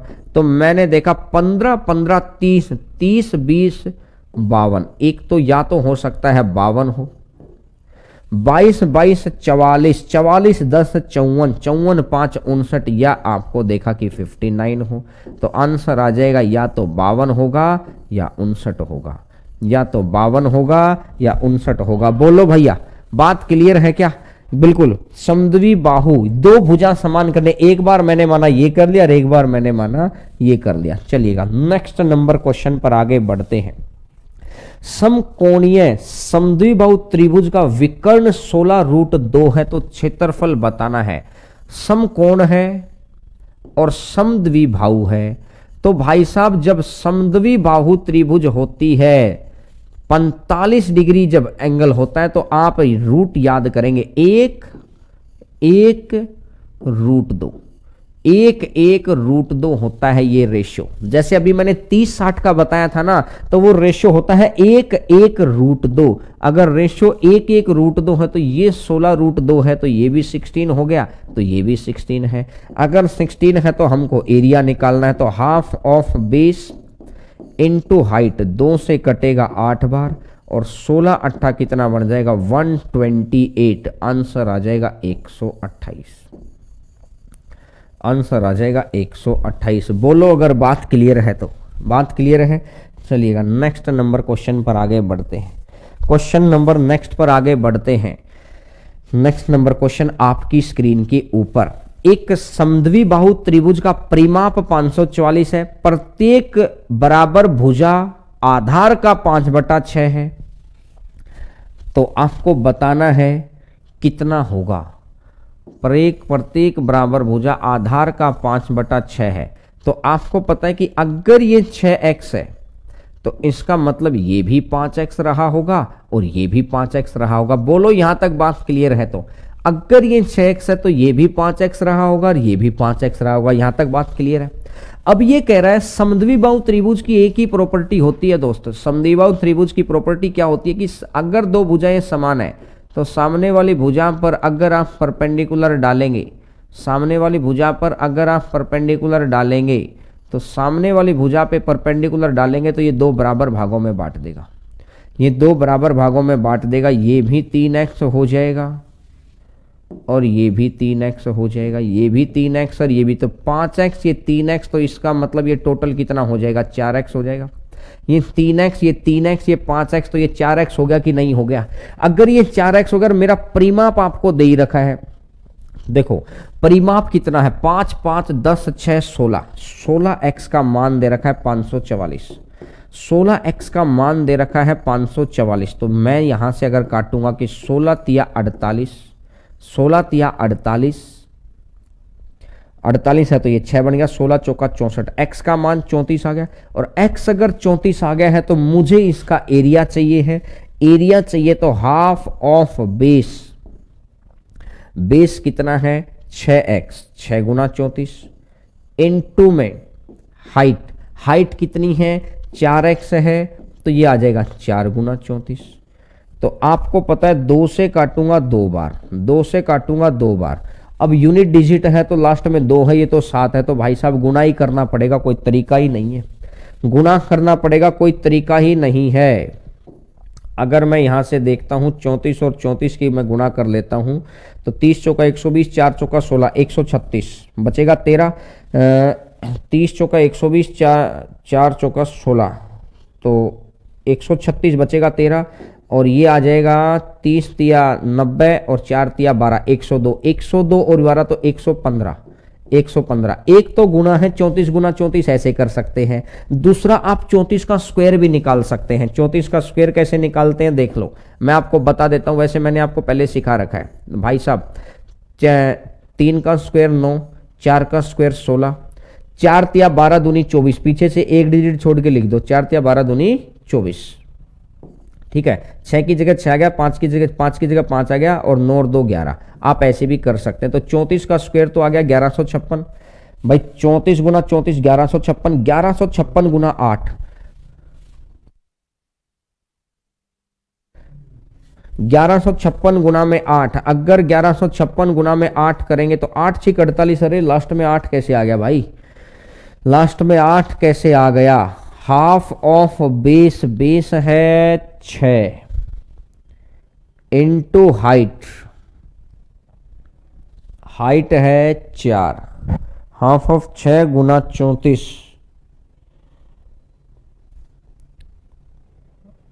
अच्छा 3 बारी है ना, हाँ ये मैंने ये गलत लिख दिया ना यार, ये 3 बारी, बिल्कुल ओके है, बिल्कुल ओके भाई। इसका अगर मैं 12 से गुना करनी है ना, इसकी 12 से गुना करनी, 12 छिका 72 बचेगा 7, 12 पंजे 60, 7 67 बचेगा 6, 12 एकम 12, 6 18 बचेगा 1, 12 एकम 12, 1 13, तो आंसर आ जाएगा 13872, 13872। बोलो बात अगर ये आ जाएगी 13872, मैं इसको थोड़ा सा दूर लिख देता हूं ताकि आपके पास जब ये पहुंचेगा 138, ये 7 और ये 2, आंसर आ जाएगा ये वाला। बोलो नेक्स्ट नंबर क्वेश्चन पर आगे बढ़ते हैं।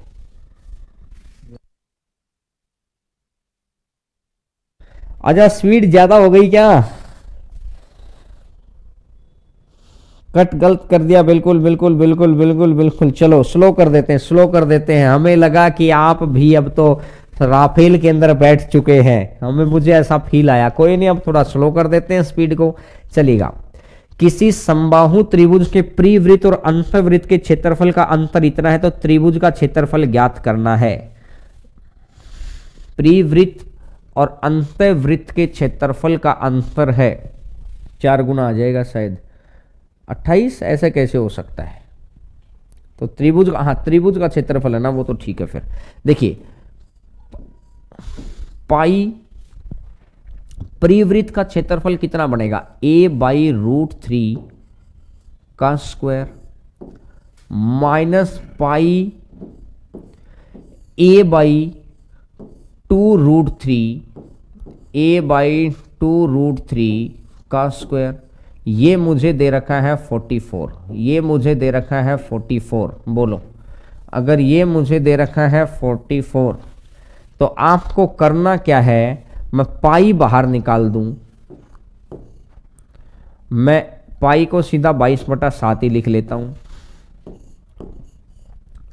मैं ऐसा करता हूं इनटू में a²/3 भी मैं बाहर ही निकाल लेता हूं, तो यहां कितना बच जाएगा, ये तो 1 बच गया, माइनस a²/3 बाहर आ गया तो ये 1/4 आ जाएगा, और इक्वल टू में कितना है, ये 44, इक्वल टू में ये 44 है। बोलो भैया अगर 22 से देखूंगा तो 22 दूनी 44 आ गया, 22 दूनी 44 आ गया, ये a²/3 है तो 4 एकम 4 माइनस ये तो 3/4 है, ये 3/4 है। अगर ये 3/4 है तो यहां मैंने लिखा a² डिवाइडेड बाई 7 इंटू 3, और इंटू में क्या कह रहा है, ये आ जाएगा 3/4, और इज इक्वल टू 2। 3 से 3 कट गया, तो 4 दूनी 7 चौका 28 दूनी 56, तो ए स्क्वायर इक्वल टू आ गया है 56। ए स्क्वायर इक्वल टू आ गया है 56। तो आपको चाहिए है एरिया, तो एरिया होता है √3/4 ए स्क्वायर। तो ए स्क्वायर की जगह 56 है, अगर ए स्क्वायर की जगह 56 है तो इसको कर दिया मैंने 56, और अगर इसको 56 कर दिया तो ये 14, तो आंसर मेरा आ जाएगा 14√3। आंसर मेरा आ जाएगा 14√3। बोलो अगर बात क्लियर है तो 14√3 आपका आंसर आ जाएगा।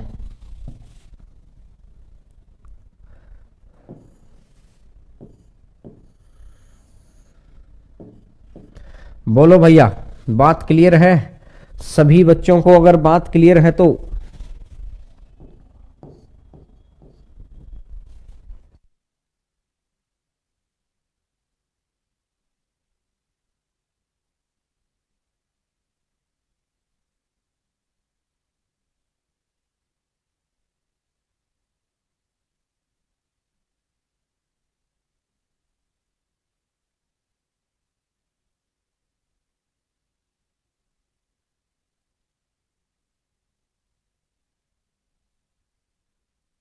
क्वेश्चन को सर एक बार हटा देना। अगर डायरेक्टली लेके आना है, डायरेक्ट, अगर इसी क्वेश्चन को डायरेक्ट करना, ये तो था कंसेप्ट वाइज, ये तो था कॉन्सेप्चुअली, और आपको अगर डायरेक्टली करना है तो कितना कर देगा 11/14 ए square equal to difference. 11/14 A square equal to difference, ये है भाई। तो देखो 11/14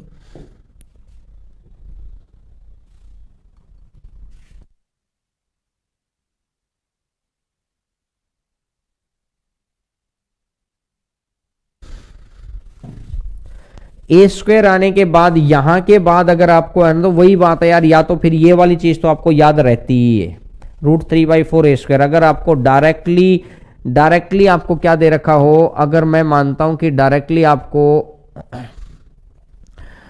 कई बार भुजा दे रखी हो, तब वो आपसे पूछ ले कि भैया डिफरेंस बताओ, तो 11/14 ए स्क्वायर भी हो सकता है।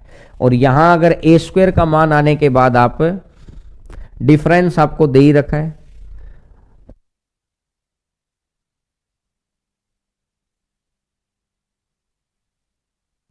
ये साइड निकालने का डायरेक्ट फॉर्मूला है। अगर आप साइड निकालना चाहें ना डायरेक्टली, तो साइड निकाल सकते हैं इसके थ्रू। 11/14 ए स्क्वायर इक्वल टू डिफरेंस होता है, अगर आप निकालना चाहें तो। नहीं तो आपका ये तरीका है, ये भैया πr² निकाला, ये πr² निकाला, डिफरेंस 44 कर दिया, इसको सोल्व करते चले गए, आंसर आपका 14√3 आ गया। आंसर आपका 14√3 आ गया। चलिएगा नेक्स्ट नंबर क्वेश्चन पर आगे बढ़ते हैं। क्वेश्चन नंबर नेक्स्ट आपकी स्क्रीन के ऊपर, समबाहु त्रिभुज की प्रत्येक भुजा इतनी है, अंतःवृत्त का क्षेत्रफल बताना है, क्या होगा?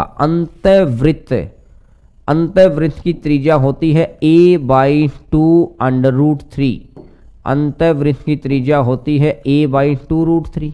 तो भाई साहब यहां से अगर मैं देखूंगा कि 14√3 दे रखी है भुजा, और 14√3 दे रखा है, और ये दे रखा है 2√3।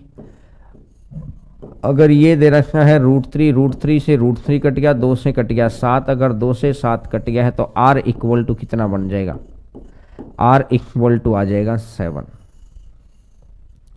और r इक्वल टू अगर 7 है तो आपको पता है कि अंतःवृत्त का एरिया, अंतःवृत्त का क्षेत्रफल होता है, r ही आ गया तो πr²। और ये कल याद कराया था, याद करो, r 7 था तो 154 और 44 याद आ गया।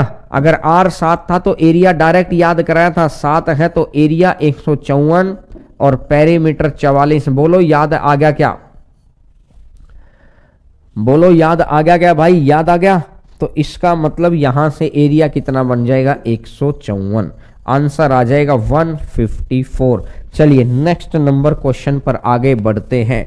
क्वेश्चन नंबर नेक्स्ट आपकी स्क्रीन के ऊपर, क्वेश्चन नंबर नेक्स्ट, समबाहु त्रिभुज का परिमाप उसके क्षेत्रफल का √3 गुना है। तो त्रिभुज की प्रत्येक भुजा कितनी होगी? समबाहु त्रिभुज का परिमाप कितना होता है? 3a।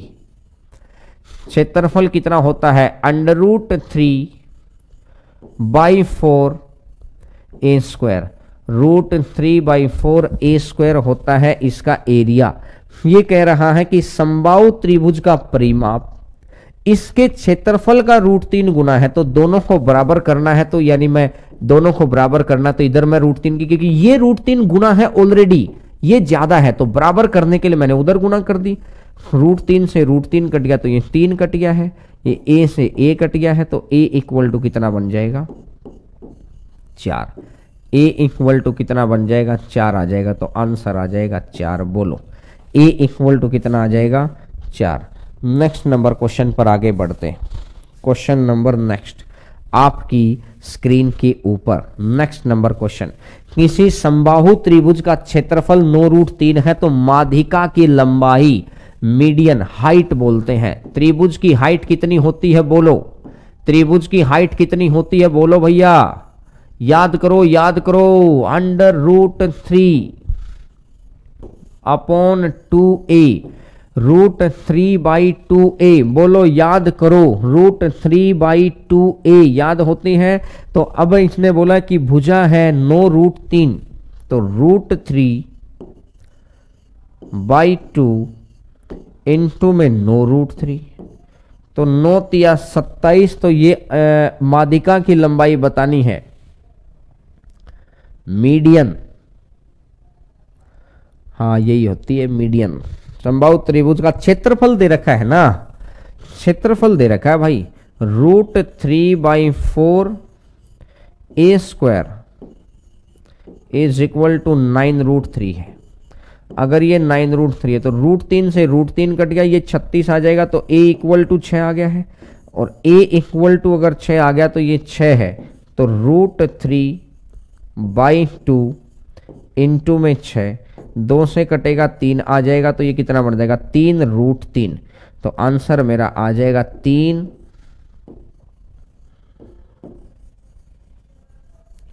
3√3। बोलो अगर बात क्लियर है तो। ठीक है, चलिए नेक्स्ट नंबर क्वेश्चन पर आगे बढ़ते हैं। नेक्स्ट नंबर क्वेश्चन पर आगे बढ़ते हैं। क्वेश्चन नंबर नेक्स्ट आपकी स्क्रीन के ऊपर, समबाहु त्रिभुज की माध्यिका इतनी है तो त्रिभुज का क्षेत्रफल बताओ। बताओ शाबाश बताओ। माध्यिका दे रखी है तो क्षेत्रफल बताना है। माध्यिका होती है √3/2a is equal to √3/2a equal to है 6√3। तो मैंने देखा √3 से √3 कट कर दो तो a इक्वल टू 12 आ गया। और a अगर 12 आ गया तो त्रिभुज का क्षेत्रफल कितना होगा? √3/4a²। का मतलब ये हो जाएगा 12 गुना 12। 4 से कटेगा 3 बार, 12 तिया 36, तो आंसर आ जाएगा 36√3। आंसर आ जाएगा 36√3। बोलो अगर बात क्लियर है तो। आंसर आ जाएगा 36√3। बिल्कुल क्लियर है। चलिए नेक्स्ट नंबर क्वेश्चन पर आगे बढ़ते हैं। नेक्स्ट नंबर क्वेश्चन पर आगे बढ़ते हैं। बताओ शाबाश। क्वेश्चन नंबर नेक्स्ट, वृत्त का क्षेत्रफल 38.5 है तो उसका परिमाप ज्ञात करो। 7 154 44 ये दे रखा है 38.5। 38.5 कितने पर? 4 से भाग देना है। अगर 4 से भाग देना है तो इसका परिमाप कितना होगा? इसका तो यार 11 आना चाहिए। एक बार वैसे देखते हैं। वृत्त का क्षेत्रफल दे रखा ना πr²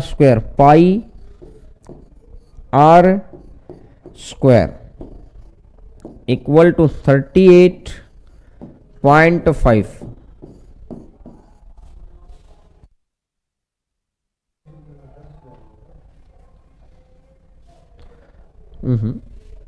ये देखो ये कितना होता है? ये 2πr ही तो है। 2πr² आर 44 ही आएगा ये तो अपने हिसाब से आंसर आना चाहिए इसका 11, और नहीं तो अगर आप तरीके से देखोगे तो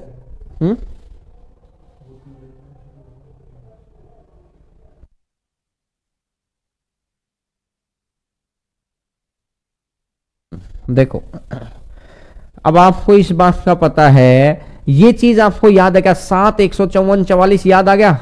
अब अगर ये यहां तो ये 2 डायमेंशन है, एरिया तो 2 डायमेंशन है, लेकिन जो पेरीमीटर होगा वो सिंगल डायमेंशन है, और सिंगल डायमेंशन में इसका रूट निकाल दो तो 1/4 का कितना हो जाएगा 1/2, और 1/2 है तो कितना बन जाएगा 22, तो 1/2 है तो ये बन जाएगा 22, तो आंसर आ जाएगा 22।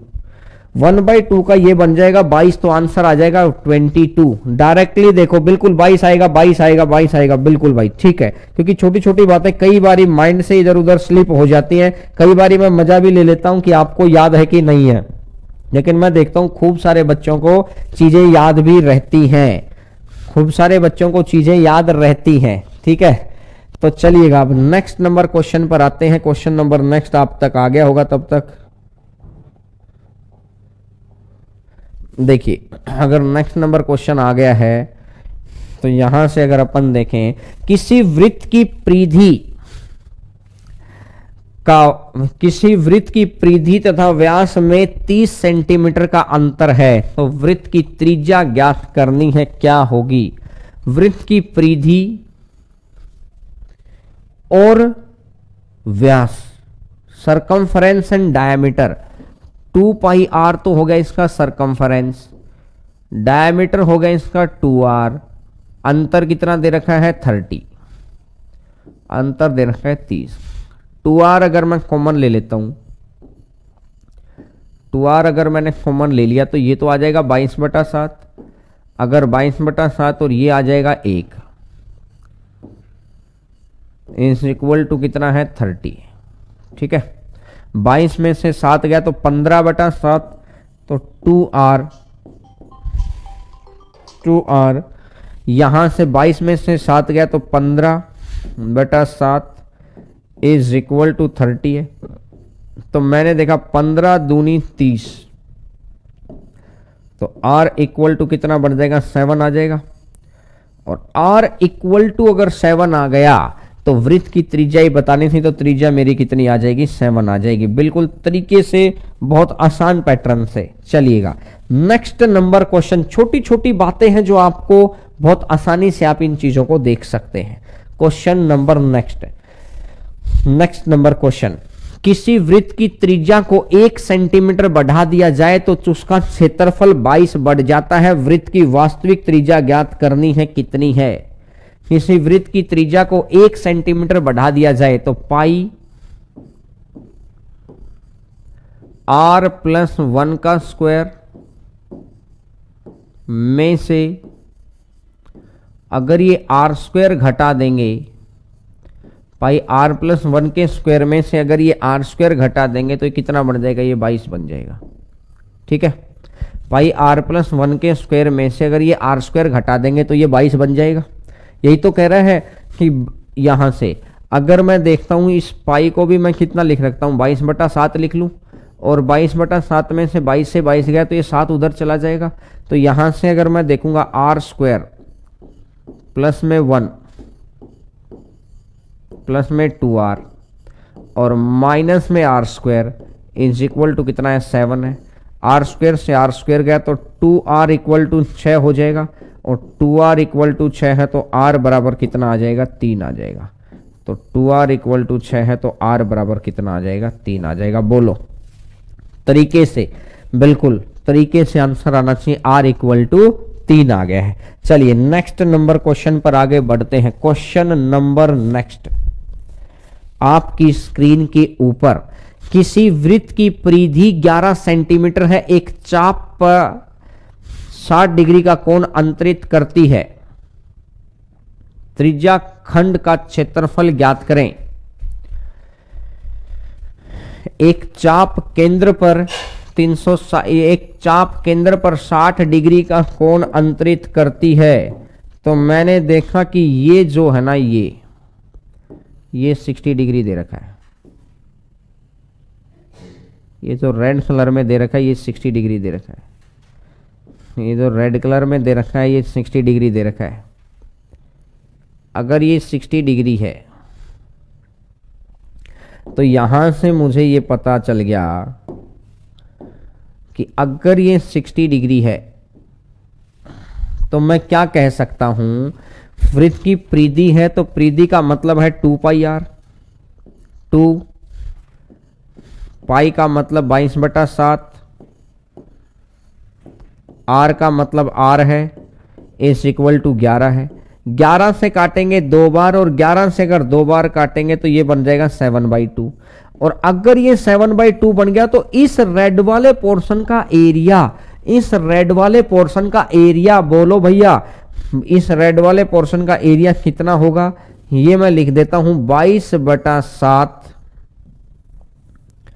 22/7 पाई आर स्क्वायर 7/2 और इंटू में 7/2 और इंटू में θ/360, थीटा कितना है 60 है, θ/360, θ/360। तो मैंने देखा 7 से 7 कट गया, 2 से कटेगा 11 बार, 60 से कटेगा 6 बार, 60 से कटेगा 6 बार और 11 7 77 77/12 आना चाहिए।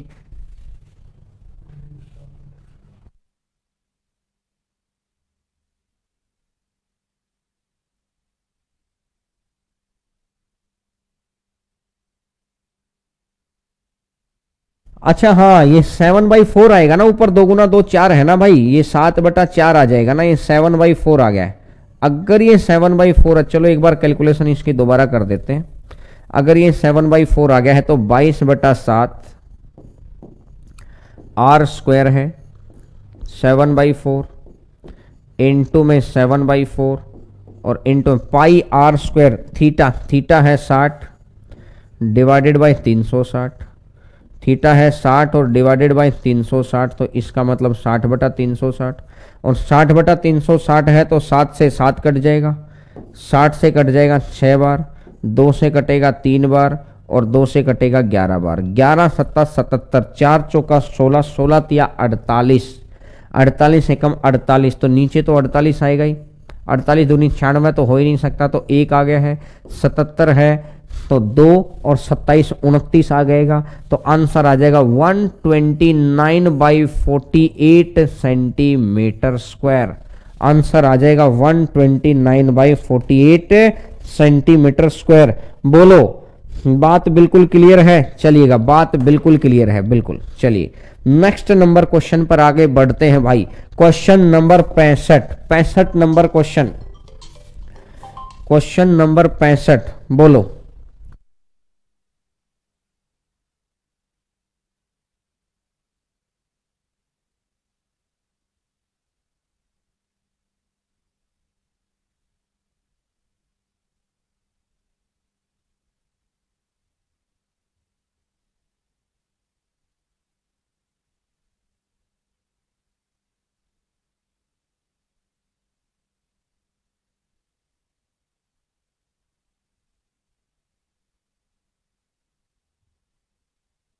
दो वृत्तों की त्रिज्याएं 5 सेंटीमीटर हैं तथा 12 सेंटीमीटर हैं। तीसरे वृत्त का क्षेत्रफल दोनों वृत्तों के क्षेत्रफल के योग का, तीसरे वृत्त का क्षेत्रफल दोनों वृत्तों के योग का बराबर है, तो तीसरे वृत्त की त्रिज्या बतानी है, क्या होगी? तो देखो आपको पता है कि 13 आ जाएगी, 13 आ जाएगी यार, जहां तक मुझे लग रहा है। पाई आर स्क्वायर प्लस में pi r square equal to pi r square. Pi से पाई कट जाएगा, 5 12, तो इसके हिसाब से आर इक्वल टू कितना बढ़ जाएगा? 13 आ जाएगा। आर इक्वल टू कितना बढ़ जाएगा? 13 आ जाएगा। बोली आर इक्वल टू कितना बढ़ जाएगा? 13 आ जाएगा। नेक्स्ट करते हैं नेक्स्ट नंबर बात। अर्धवृत्त का परिमाप, अर्धवृत्त का परिमाप 36 है, तो अर्धवृत्त का क्षेत्रफल बताओ। अर्धवृत्त का परिमाप चीज मैंने सारी बता रखी है। देखिए प्रैक्टिस बैच के अंदर क्लास लगनी चाहिए, टीचर की ये ड्यूटी है। कंटेंट सही होना चाहिए, टीचर की ये ड्यूटी है, करना आपको है। कंसेप्ट बैच के अंदर समझाने से लेकर सारी मेरी ड्यूटी हो जाती है।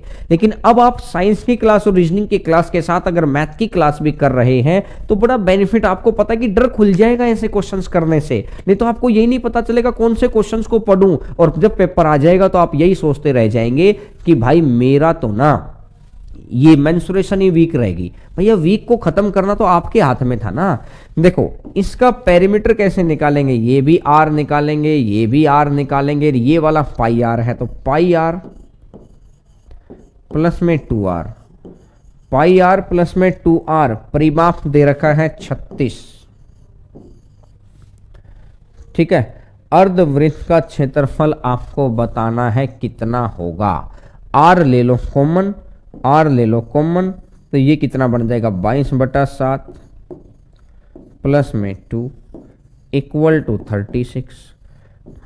7 दूनी 14, 14 अगर मैं करता हूं 14, 36/7, इसको अपन कर सकते हैं 36/7। 36/7 का मतलब ये रह गया, तो r इक्वल टू कितना बन जाएगा 7, और r इक्वल टू अगर 7 रह गया तो इसने बोला अर्धवृत्त का क्षेत्रफल आपको बताना है क्या होगा। अर्धवृत्त का क्षेत्रफल कितना होगा, half of pi r square, pi कितना है 22/7, आर स्क्वायर 7 × 7, 7 से 7 कट जाएगा 154, 154 का 2 से भाग करेंगे तो आर 7 आने के बाद, ये थोड़ी है, आर 7 आने के बाद तो एरिया आपको पता होना चाहिए कितना होता है। आर 7 आने के बाद तो एरिया होता है 154, लेकिन 154 का आधा करो, क्योंकि क्या है ये अर्धवृत्त है, ये एरिया आता है सर्कल का, ये आता है सर्कल का, तो इसका आधा करना पड़ेगा क्योंकि ये एरिया है सर्कल का। अब आपको करना है सेमी सर्कल, तो सेमी सर्कल करना है तो आंसर कितना बन जाएगा 77, आंसर आ जाएगा 77। बोलो अगर बात क्लियर है तो ये चीज जितनी याद रहेगी ना उतना उतना फायदा होगा आपको। अगर याद नहीं रखेंगे तो फिर फॉर्मूले में पड़े रहेंगे। ये 7 से 154 सर्कल है, लेकिन सर्कल ना होकर ये तो सेमी सर्कल है, और सेमी सर्कल है तो ये हो जाएगा, आंसर आ जाएगा ये। चलिए नेक्स्ट नंबर क्वेश्चन पर, किसी वर्ग का विकर्ण, किसी वर्ग का विकर्ण 12√2 है जिसके अंदर एक वृत्त है, वर्ग है, वर्ग है, वर्ग का विकर्ण है। वर्ग की भुजा बराबर होती हैं, भुजा बराबर होती हैं तो 1/√2, अगर भुजा बराबर होती हैं तो 1/√2, 12√2 है तो इसका मतलब कितना हो जाएगा, ये भी 12 और ये भी 12, इसका मतलब ये भी 12 और ये भी 12। बोलो यहां तक बात क्लियर है। अब ये 12 12 12√2, अब ये कह रहा है इसके अंदर एक वृत्त है, तो कहने का मतलब ये रहा कि इस वृत्त की, ये एक वृत्त हो गया, ये एक वृत्त हो गया भैया। और अगर ये वृत्त हो गया तो अब ये कह रहा है वृत्त के अंदर एक समबाहु त्रिभुज है, तो त्रिभुज की भुजा ज्ञात करनी है। अब ये कह रहा है, इसको अगर मैं हटा दूं एक बारी के लिए, वृत्त के अंदर एक समबाहु त्रिभुज है, अगर मैं वृत्त के अंदर एक समबाहु त्रिभुज, वृत्त के अंदर अगर मैं एक समबाहु त्रिभुज बना लूं तो आपको पता है कि वृत्त का radius, radius of a circle, मैं यहां लिख दूंगा रेडियस, या मैं हिंदी में लिख देता हूं वृत्त की त्रिज्या, हिंदी में मैं लिख देता हूं वृत्त की त्रिज्या। अगर रेडियस ऑफ ए सर्कल आपको निकालना है, वृत्त की त्रिज्या, अगर वृत्त की त्रिज्या की अगर बात करें तो कितना आ जाएगा, 6 आ जाएगा। और वृत्त की जो त्रिज्या है तो ये जो होगा, ये भी तो वृत्त की त्रिज्या है, और ये इस समबाहु त्रिभुज का परिवृत्त है कि नहीं है, ये इस समबाहु त्रिभुज का परिवृत्त है। अगर ये परिवृत्त है मतलब सर्कम सर्कल है, सर्कम सर्कल कितना होता है, a/√3, A by √3 equal to ये रेडियस, इक्वल टू ये रेडियस है, तो ए इक्वल टू कितना बन जाएगा 6√3। आंसर आ जाएगा 6√3। बोलो अगर बात क्लियर हुई तो, अगर बात क्लियर हुई तो बोलो, नहीं तो थोड़ा सा और डिटेल में लेके चलेंगे। अगर बात क्लियर है तो बोलिए, थोड़ा सा डिटेल में लेके चलेंगे। देखो मैं एक बार बता ही देता हूं सर, एक बार क्वेश्चन हटा देना, क्वेश्चन हटा देना। अब मैंने देखा कि भैया एक ये वृत्त है, ये इसके अंदर एक सर्कल है, सर्कल का जो डायमीटर होता है वो छोटी भुजा के बराबर है। सर्कल का डायमीटर छोटी भुजा के बराबर होता है, तो छोटी भुजा कितनी है 12 है, तो सर्कल का डायमीटर भी 12 है।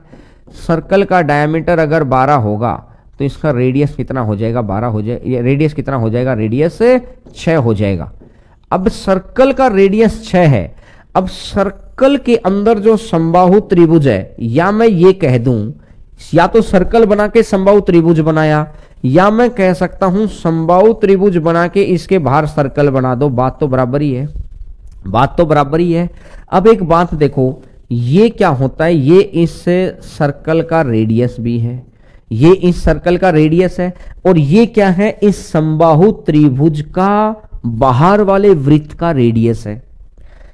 इस समबाहु बाहर वाले वृत्त का रेडियस है, और समबाहु त्रिभुज के बाहर वाले वृत्त का रेडियस कितना होता है a/√3। समबाहु त्रिभुज के बाहर वाले वृत्त का रेडियस कितना होता है a/√3, और ये a/√3 इस वृत्त की त्रिज्या के बराबर है। बोलो बात समझ में आई। और a/√3 इक्वल टू अगर 6 है तो मतलब a इक्वल टू कितना बन जाएगा 6√3। a बराबर कितना हो जाएगा 6√3। बोलो बात अगर क्लियर है तो a बराबर हो जाएगा 6√3। बोलो ठीक है। चलिए नेक्स्ट नंबर क्वेश्चन पर आगे बढ़ते हैं। एक पहिए की त्रिज्या 21 सेंटीमीटर है, 924 मीटर की दूरी को तय करने में पहिए द्वारा लिए गए चक्करों की संख्या कितनी होगी। एक चक्कर के अंदर पहिया लेता है 2πr एक चक्कर में, और ऐसे ऐसे n चक्कर इक्वल टू होता है टोटल डिस्टेंस। ऐसे ऐसे n चक्कर तो इक्वल टू होता है टोटल डिस्टेंस, इक्वल टू होता है टोटल डिस्टेंस। बोलो इक्वल टू होता है total distance. 2πr into n equal to होता है टोटल डिस्टेंस। तो यहां से अगर मैंने देखा 2 पाई का मतलब कितना है 22/7, r कितना है, r है 21 सेंटीमीटर। इसको चक्करों के द्वारा ली गई संख्या 21 सेंटीमीटर को मीटर में कन्वर्ट कर देते हैं, और इनटू में एक चक्कर में इतनी दूरी है तो n चक्कर, और n चक्कर में इतनी दूरी है तो ये आ जाएगा 924 मीटर। तो मैंने यहां से देखा 22 चौका 88 बचेगा 4, 22 दूनी 44, 21 दूनी 42, 21 दूनी 42, तो n बराबर कितना आ जाएगा 700। n बराबर कितना आ जाएगा 700। देखिए बाकी तो इन क्वेश्चंस में गलती नहीं होती है, जर्नली गलती कहां होती है इन क्वेश्चंस के अंदर मैं आपको वो बता दूं। इन क्वेश्चन के अंदर यूनिट सेम नहीं बनाते हम दोनों तरफ, इस बात का ध्यान रखना, दोनों तरफ यूनिट सेम होनी चाहिए।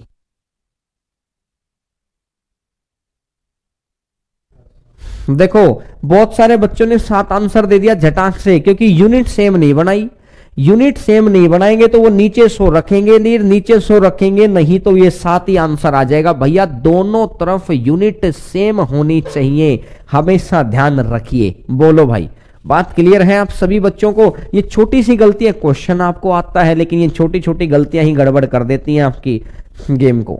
चलिए नेक्स्ट नंबर क्वेश्चन पर आगे बढ़ते हैं। क्वेश्चन नंबर नेक्स्ट आपकी स्क्रीन पर एक पहिए नुमा खिलौने का व्यास 14 सेंटीमीटर, 15 चक्कर में तय की गई दूरी अभी आपको बताया था, तो एक चक्कर 2πr, r क्या होता है, r है 7, 2πr एक चक्कर में तय की गई दूरी, और इसके द्वारा ये एक चक्कर है तो ऐसे ऐसे 15 चक्कर, ऐसे ऐसे 15 चक्कर, 15 दूनी 30, 30 22 तिया 66, तो इसका मतलब आ जाएगा 660 सेंटीमीटर। इसका मतलब आ जाएगा 660 सेंटीमीटर। बोलो आंसर आ जाएगा 660 सेंटीमीटर। बोलो भाई आ जाएगा। चलिए नेक्स्ट नंबर क्वेश्चन पर आगे बढ़ते हैं। एक पहिए का व्यास 3 मीटर है। यह पहिया विल टेक 28 रिवॉल्यूशन।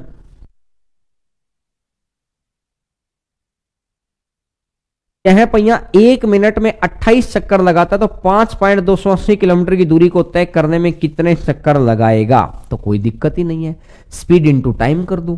देखो अब इसने बोला है एक पहिए का व्यास है तो 2 पाई आर। आर इसने व्यास दे रखा है 3/2। 3/2 है तो इसका मतलब इसको भी मैं 2 पाई आर, ये तो 3/2 एक चक्कर की दूरी, और ये एक चक्कर की दूरी है तो इसका मतलब ये 28 चक्कर की दूरी। ये 28 चक्कर, इतनी दूरी को 1 मिनट में जाएगा। इतनी दूरी जाता है 1 मिनट में। तो ये कह रहा है कि इतनी दूरी जाता है 1 मिनट में। तो ये कह रहा है कि 5.280 किलोमीटर है। तो 5.280 किलोमीटर का मतलब होगा 5280 मीटर। इतनी दूरी जाता है 1 मिनट में। एक दूरी डिवाइड में चले जाएंगे 5280, तो ये इसके डिवाइड में चले जाएंगे तो मिनट ही ना आ जाएंगे। ये इतनी दूरी जाता है 1 मिनट में। तो एक दूरी के लिए क्या करेंगे? एक दूरी के लिए इसके नीचे जाएंगे और 5280 दूरी तो इसके नीचे आना है। 2 पाई आर, 2 पाई आर, और ये साथ में कर दो 28। बोलो 7 दूनी 14, 14 दूनी 28। ठीक है, 22 एकम 22, 10, 22 एकम 22 दूनी 44, बिल्कुल कट गया। 22 दूनी 44, बचेगा कितना? 8। 22 चौका 88 और 0, ये भी कट गया। 3 दूनी 6 दूनी 12, 3 दूनी 6 दूनी 12, 12 से कटेगा 2 बार, तो आंसर मेरा कितना बन जाएगा दोस्त? 20 मिनट। आंसर आ जाएगा 20 मिनट। आसान क्वेश्चन है बिल्कुल। आपने क्या देखा है भाई? आपने क्या देखा है? सर एक बार क्वेश्चन हटा देना, कुछ बच्चों को अगर नहीं समझ में आया तो मैं यहाँ छोटा सा बेसिक बता देता हूं। ये जितनी भी दूरी आएगी, ये मैंने मान लिया कुछ भी m दूरी कितनी देर में चलता है? 1 मिनट में। तो एक दूरी कितनी देर में चलेगा? 1/m। और 5280 तो ये 5.280 आ जाएगा। तो मैंने यही तो किया है, ये वाली जगह पर नीचे लेके आना है बस। 5280 है, ये वाली को इसके नीचे ले यार, सारी चीज कट गई, तो आंसर कितना बन जाएगा? ये आ जाएगा। बोलो अगर बात क्लियर है तो मेरे हिसाब से आज खूब हो गए हैं क्वेश्चन, है ना, और खूब सारी अच्छी प्रैक्टिस हुई है मेंसुरेशन की। मेंसुरेशन की तो अभी 2 क्लास और लगाएंगे बहुत अच्छे तरीके से, क्योंकि मेंसुरेशन में जितने ज्यादा क्वेश्चन करेंगे ना उतना उतना डर खुलेगा। जितना डर खुलेगा उतनी चीजें याद होंगी। एक तो बच्चा क्या करता कि इतने क्वेश्चन हो गए। देखो ऐसे तो मैंने क्या बोला था, कुछ टॉपिक के अंदर मैं बहुत शानदार तरीके से दम लगाऊंगा यार। देखिए कुछ टॉपिक ऐसे भी हैं जो मैंने 30-30 क्वेश्चन में खत्म कर दिए, 40 क्वेश्चन में खत्म कर दिए, 50 में। इसमें 70 क्वेश्चन तो हम कर चुके, और 2 क्लास और है तो एवरेज मान के चलो 60, 65, 70 क्वेश्चन और करेंगे। फिर इसका 3D का पोर्शन भी लेने लग रहे हैं। तो कहने का मतलब लगभग 150 क्वेश्चन अगर किसी टॉपिक के प्रैक्टिस में हम कर रहे हैं, आप समझे, किसी टॉपिक के अगर प्रैक्टिस में हम लोग 150 क्वेश्चन कर रहे हैं, तो आप समझ सकते हैं इस बात को कि इस टॉपिक की मेहनता क्या रही होगी। ठीक है, तो बाकी कल मिलते हैं फिर।